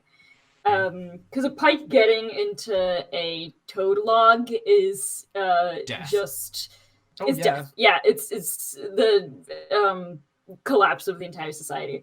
So he kind of like tenses, but then he sees it go away, and he's gonna jump off of Flynn because I'm sure Flynn wants the full use of his capabilities. And is gonna look around. Is there any like is the bank part? I don't really know if there's anything on this river like that close it like makes that gap of the two banks any narrower. Like on your picture, there was the net is suspended. Oh, just from one bank to the other. Yeah. I'd say that with the time, you could find a narrow part where you could more easily swim across. Well, honestly, with the pike having went away upstream and probably not wanting to deal with this whole situation, Balthazar would probably be fine barging in and doing the mud fury, like walk on the bottom of the silt. Sick. Yes. Pirates So of the Caribbean. You go across the river and kind of stride underneath the silt, and with your toad eyes, you're able to see that there are large gouges in the riverbed here, where there's clearly been a lot of struggling. And you make it out to the other side completely fine after maybe like half a minute of just sort of like waddling around down there. And you emerge sort of silt and water just sort of like coming off of you. And I don't want to say it's customary not night training to like carry heavy boulders underwater. To strengthen your conditioning. Your feet. Yeah, your legs and muscles. So this is a cakewalk. In the back of your head, you have the thought that I'm going to have to oil all of my armor again today. Aww. Well, he likes doing that, so it's fine. Yeah. But it's like you are driven, and I would say that Pipistrelle catches up to you as you get to Lutzen. I think because it's not like Balthazar can help, but he's just gonna get to Lutzen. I think Lutzen would have been snoozing. He would just like kind of close his eyes, I think, and just kind of be like resting. Yeah. Oh. Actually, so Balthazar might. I think he's very much just like, okay, this is a problem we need to solve. Just like, Lutzen, my friend Pipistrelle told me that you were attacked by a pike. Oh, what a glorious battle that must have been. I'm glad to see that you're, for the most part, and in one part still, it seems. Are you? Do you think you're able to get up? Lutzen's still snoozing, rolls his head and like lolls his tongue. Oh my god, he's dead. No, he's gonna like, slap his face. I'm just kidding, Balthazar. I'm fine. Oh, that was not fun. We didn't get the fish, the pike. He's just really tired. He's just really like weary-eyed, looking. Don't you rough. bother about that fish. Who even cares? It's not as important as your health, as your life. Oh, the two of you really risked everything for this. And kind of looks back across the bank at like Flynn, and kind of looks back at Lutzen, and says, "I'm sorry that I wasn't here to help you." Oh, don't be. It's all right. It was all going fine, and then it wasn't. Well, that's where I could have helped. Well, yes. No, none of us saw that fish coming, both literally and metaphorically. Well, we have to get you some help because that is blood. That is rat blood right there. Yeah. Let's see now. I could, if Pipistrelle can fly my armor to the other side, I could bundle you up in my banner and swim you to the other side, and then maybe Flynn can help carry you back to Aspengrace. Maybe we can find some beasts of medical knowledge somewhere among the denizens of the town. Yeah, I'm just thinking. I was like, is that the? No, wait, you guys are on the Aspengrace side. Are we? Yes. Yeah, that's what. Yes. Oh, right. Yes, Oh. I was forgetting. You are on the Aspengrace side. It's just that all of the tools to try and like get this fish out of the river was on the other side, as I realized. So actually, Right. Flynn could come over and then take you to Aspengrace quite easily. Yeah. Okay. Do we want to go? Because are there still some of Ludsen's tools at the other side of the river though? Yes. Yeah. Do we want to take a quick minute just to grab? Or actually, if Flynn's still on the other side of the river, maybe we could just ask him. Like, could he bring them Yeah, over, pick or up like, stuff. or actually, Pip could fly over to get them. What am I talking about? I could fly over and get them. Balthazar's definitely not thinking about that. He's just like, we gotta get this. Yeah. Yeah, like sorry, Yeah. that was just a sort of. I think it's not just gonna be like whatever works best. I'm not so used to being this injured. This is something a bit new. Well, you know what they say about these kind of injuries? Scars are a lesson written in the skin. So, Lesson commit that to learned. memory. Learned. double checked and learned twice, thrice, and all over again. I will not be jumping in the water anytime soon. Next time you can leave that to me. Yes. All right. Well, Balthazar will turn around and like look over at Flynn and because Flynn had a title. It was Line Finder. That's how he introduced himself to us. Or they introduced themselves to us. Yes. Mm-hmm. Okay. Because Balthazar would use proper titles and stuff and say, Line Finder Flynn, I'm going to start carrying Lutzen to town. He's in dire need of help.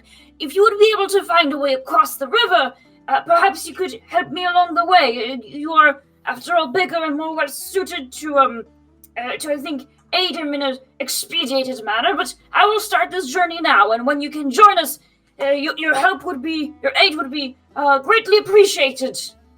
And he's gonna start picking up Lutzen in a princess carry. Oh, yes! He's gonna bundle him in the blueberry banner, so he's all like, and just carry him like a sack, like Santa with a sack across his You back. have a rat burrito. Oh my Rat god. burrito. This is going to be adorable, by the way, because actually, Lutzen is quite big in comparison. I strong. want to say, You are strong. that Balthazar, this is a little bit of world building for your banner, but actually, if you were to find two appropriately sized branches or like bits of twig, because it would be twig, not branch, your banner has loops on the side to turn it into a stretcher. Oh. I'll do the stretcher thing. And so you're able to gonna... put him onto a stretcher that carries him safely and securely without needing to move him. Yep. Yeah. He's gonna do that and start pulling him. Also, like pulling him will probably be easier than like carrying him on his back. Yeah, I was gonna say, who carries the other end? Or is he just gonna? He's gonna pull him like on his side. You can. I've seen like those like sled gurney things that you can get. For people who've got like stuck on mountains. They're really they're clever because it just takes the weight out of it. Got you. I'm with you. Yes, he's gonna start and pulling. Thank you, Balthazar. In I'm the Flynn fallout. seems to have acknowledged your request. He gives you a nod and with Pipistrelle gathers up Lutzen's tools and then starts to walk briskly along the path towards Aspen Grace, looking for a space that he could bound over if possible. Mm-hmm.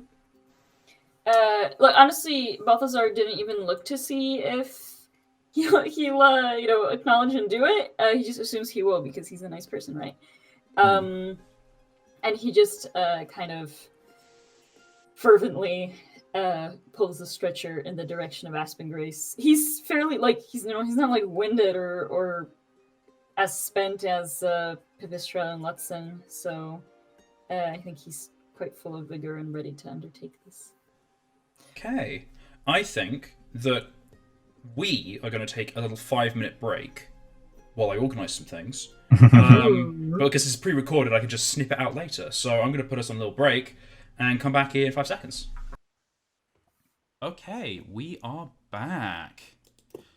The hike from the river through to Aspen Grace is tense.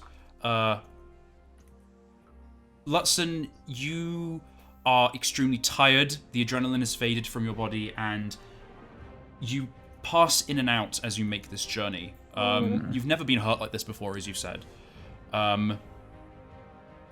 Balthazar, you feel a lot of tension trying to move as fast as possible, or to cover as much ground as possible without jostling Lutzen too much. You've had to do training exercises where you've had to move other toads from the field of battle back to a safe space.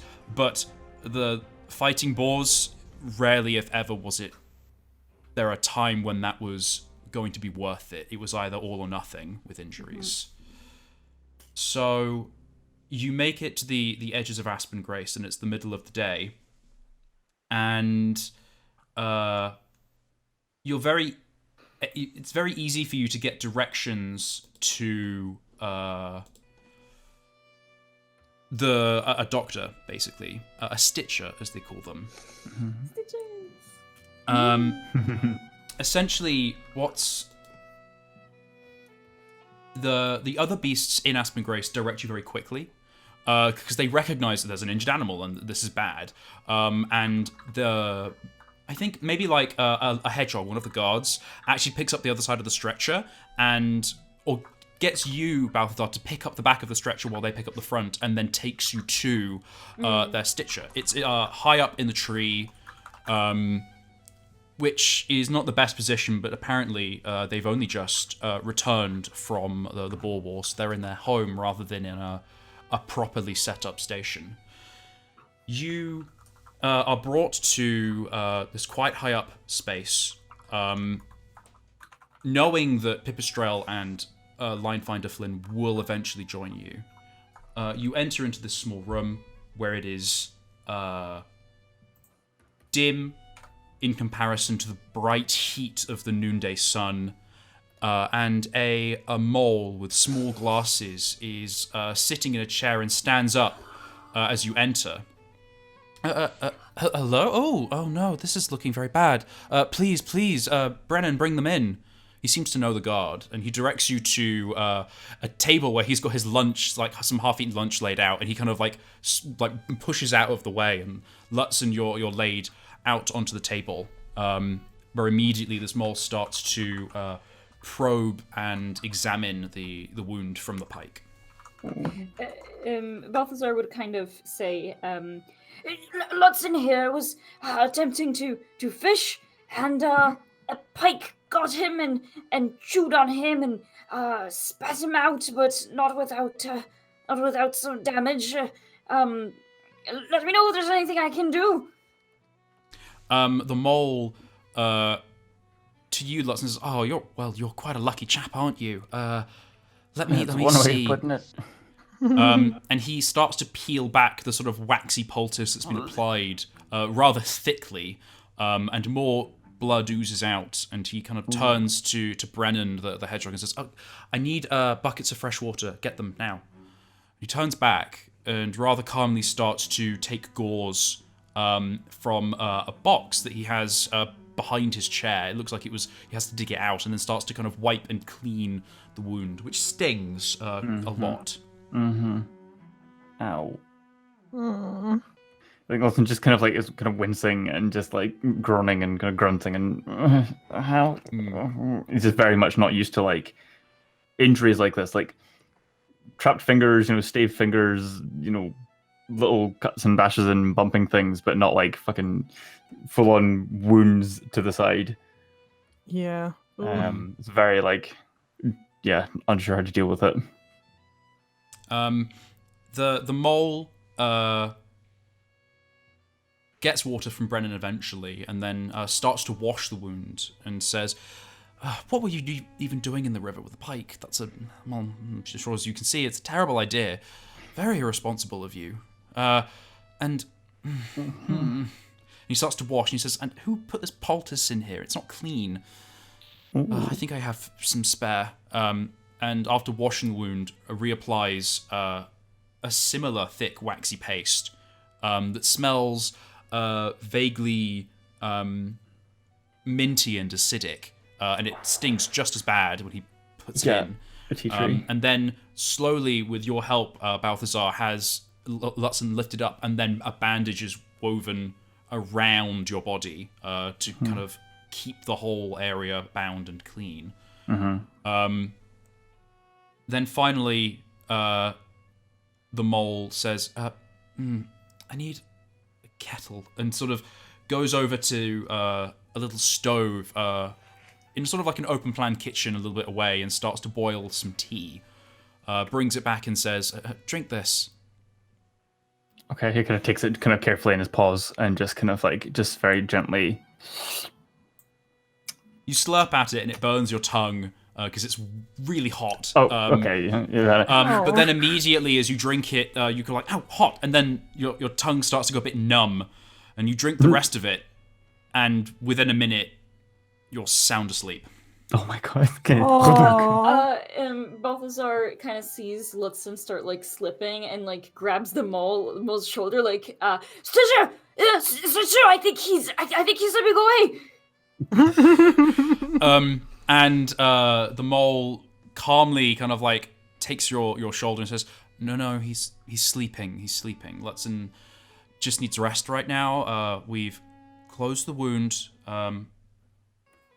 Contrary to my name, I don't think this one needs stitches. It just needs time to close and heal. The bones on a rat are quite close to the skin at this point. If we just let the body do its natural thing, he should be fine. He needs a day of rest at most before this will start to close up, and then a few weeks of taking it very easy." Ooh. Oh, he's not very good at that. He's very reckless and very brave. And a very good rat who does very good and very brave things, and he's gonna climb on another iron beetle and fight a bunch of squirrels. It's impossible to keep him away from danger. I think like Lutzen still kind of is fading. Like it's just towards the tail and he goes, "That I am." I'm just kind of conks out. The mole says, yes, Lutzen, of course. And just kind of gently kind of strokes your head. And then says, "I don't know about fighting squirrels and making iron beetles. I don't know. He shouldn't be doing any of that. He's going to need your help to not. This is rather severe." And the mole takes his little spectacles off and starts to clean them with his shirt. Well, then, you will have my word of a knight of Blueberry Pond, that I will stop him from doing reckless and dangerous things, and I will do them in his stead. The mole squints at you without the glasses and then puts them back on and says, "You are a rather strange toad." Thank you. Never mind. I think you should let him rest here. I'll move him to my bed and he can sleep, and then we can figure out what else he'll need in the morning. If there's anything that you would need found or procured, please do not hesitate to ask. Between me and Pipistrelle, who's a bat who can fly and find things very easily, we would be very happy to assist in any way that we can.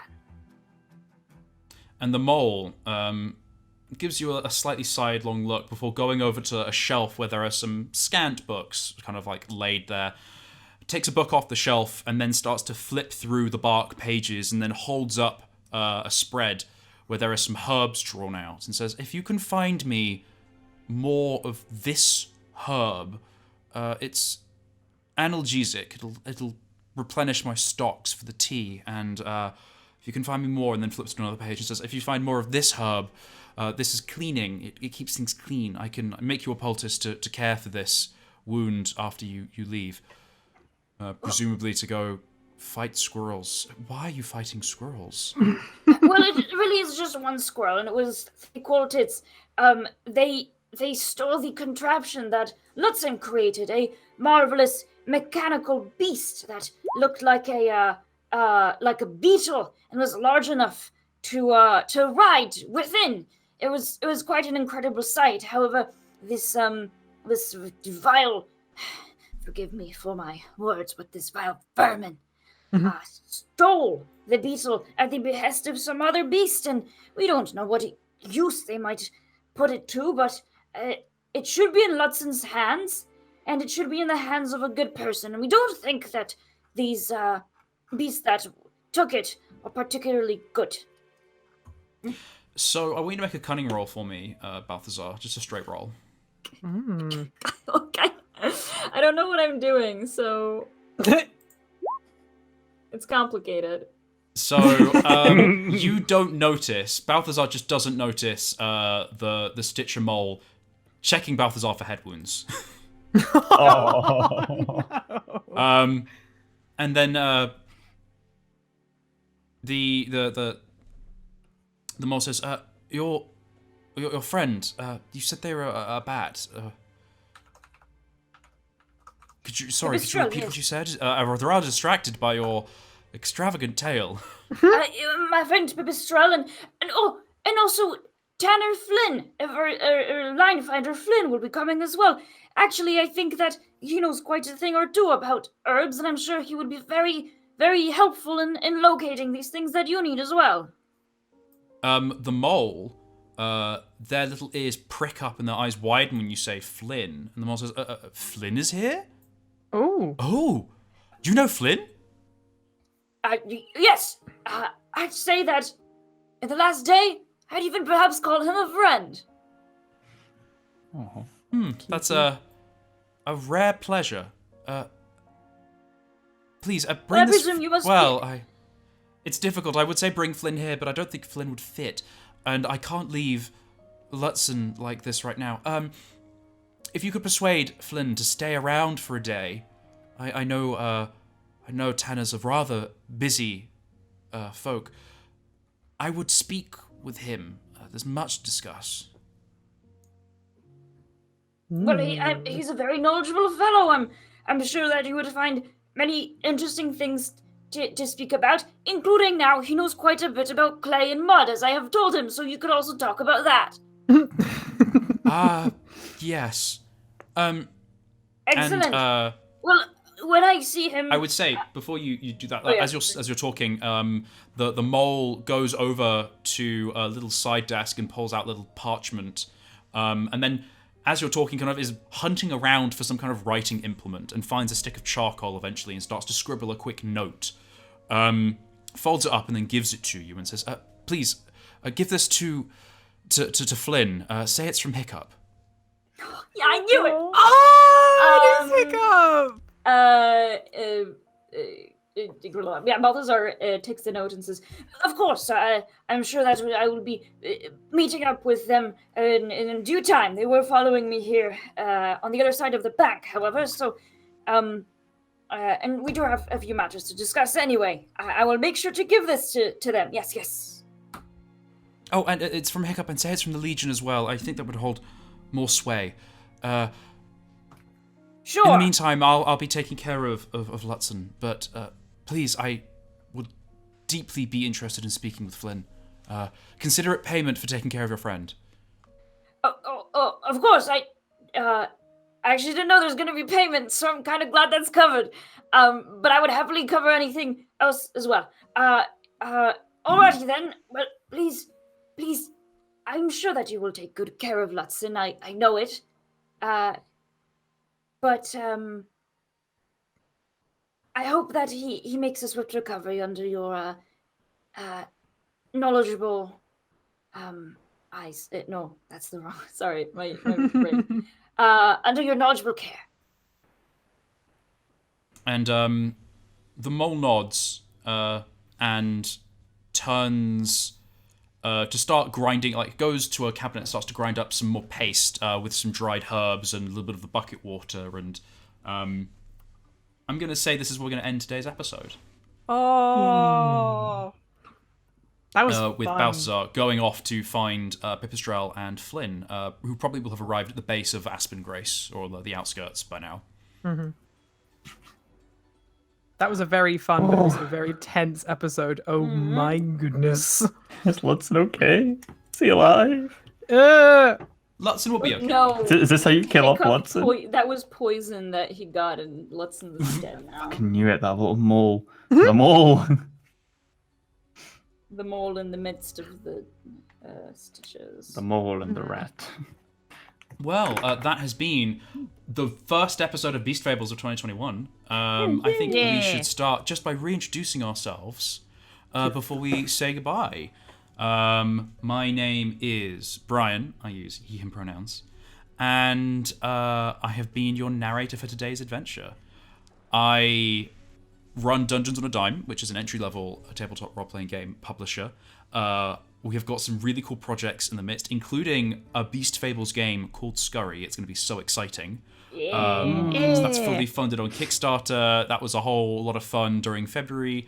and there will be more updates about that, the Bristly Woods, and things you can do inside of it later in the coming months. I have been joined today by Ver, Atlanta, and Fraser, who will introduce themselves, starting with Ver. Hey, Basic Pips, everybody. I have been Ver. You can find me on social media, Verface at Twitter, or Verfaci at Twitter, because somebody read it like that. Sticks and Sharks at Tumblr. And if I may take this opportunity to shout out a Kickstarter, Yes. like you, if you would be interested in my art and storyteller, which admittedly doesn't have much to do with toads, but does have something to do sort of with wolves. A comic of mine, a 42-page comic by the title of Wolven Daughter, is part of the Kindred Press 2021 comic collection that is now on Kickstarter. We might be hitting the goal today. Today being, for me, Wednesday the 10th. Perhaps by the time that this episode is aired, it will have been, the goal had been met. But I nonetheless incentivize everybody to go check it out. If you look up Kindry Press, that is Quindrie. Kindry Press on Kickstarter, comic collection 2021.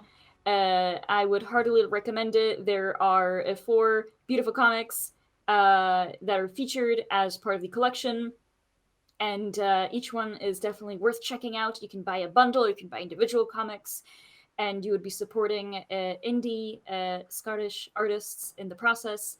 What a wonderful thing to do in it. Brian, thank you very much for having me for this game. I'm so excited to be playing Beast Fables again, especially with such wonderful co-players in the form of Atlanta and Fraser. Thank you so much, you two. This episode was really nerve-wracking. But I also got to draw some hand pips, so Oh my God, Pipistrelle will terrify us forever. Atlanta, please also, tell us backed it on about the the break. trauma you have endured under the reign of Hand Pip. Hello. I am a small bat with terrifyingly huge hands, otherwise known as Atlanta. I use she/her pronouns. You can find me just kind of generally vibing in this 2021 continuation of the general panini that we are living in. At Alpaca Scribbles on Twitter, at Alpaca_Scribbles on Instagram. Nothing super major to plug this time. Just I have commissions open. Would be really grateful for any work I can get right now, just because this is the only work that I have. So it would be, if you do need like an icon, do you want me to do a D&D character? Do you want me to draw you as a bat with terrifying hands? Just let me know, because I can do that. Probably not as good as Ver, but I mean, I will sue you if you draw a hand pip, because that is true. They are now my intellectual property. She is, and you know what? I have minted hand pip in the eyes of God. Yeah. Yeah, clearly, and you know what? I think I'm okay with that one.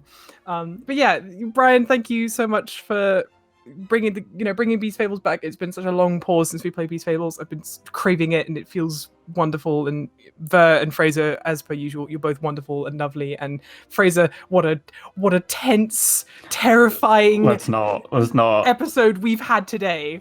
It was a time. And I will pass the message on to you. Last but not least, the center of today's drama, Fraser. Why did it have to be me? Hi, my name's Fraser. I go by he, him pronouns. And I am a collective group of rats, one less than there was before in a trench coat. Yeah, you can find me on the internet under the alias of Lost Astronaut. I launched a Patreon as well, so you can go and support me on that. Because it's been... Yeah, that was while we were away. So go and check that out. Patreon/Lost Astronaut. And yeah. Is that everything? I forgot how to do outros. I think that's it. That's everything. And yeah. Good, Like I'm an illustrator, artist, also along with all these wonderful, beautiful people. Go and support Fraser, everyone. do you have another game that you participate in? Oh shit, yeah, I do. I was like, I'm sure there's something I'm missing. Yeah, so me and some friends also do another tabletop stream. We play Dungeons and Dragons on Saturday nights at 7 p.m. GMT. We're a group of streamers that go by the Clockwork Order on Twitch. And just now we're this will be our 10th episode this Saturday. So come along, hang out. We also have a wee talk show that we do every second Monday, kind of related to it and other tabletop stuff. Yeah, it's really cool. Go and check us out. Give us a follow. We're also on podcast platforms, so you can check out there and catch up. And yeah, that's that. Yeah. Amazing. Ting. Well, thank Smile. you for joining us today, and we will catch you next Wednesday live as we go back into our streaming schedule. Yeah. Good to see you all, and we hope you have a fantastic week. Goodbye from Peace Fables. Goodbye. Baby CPFs, everybody.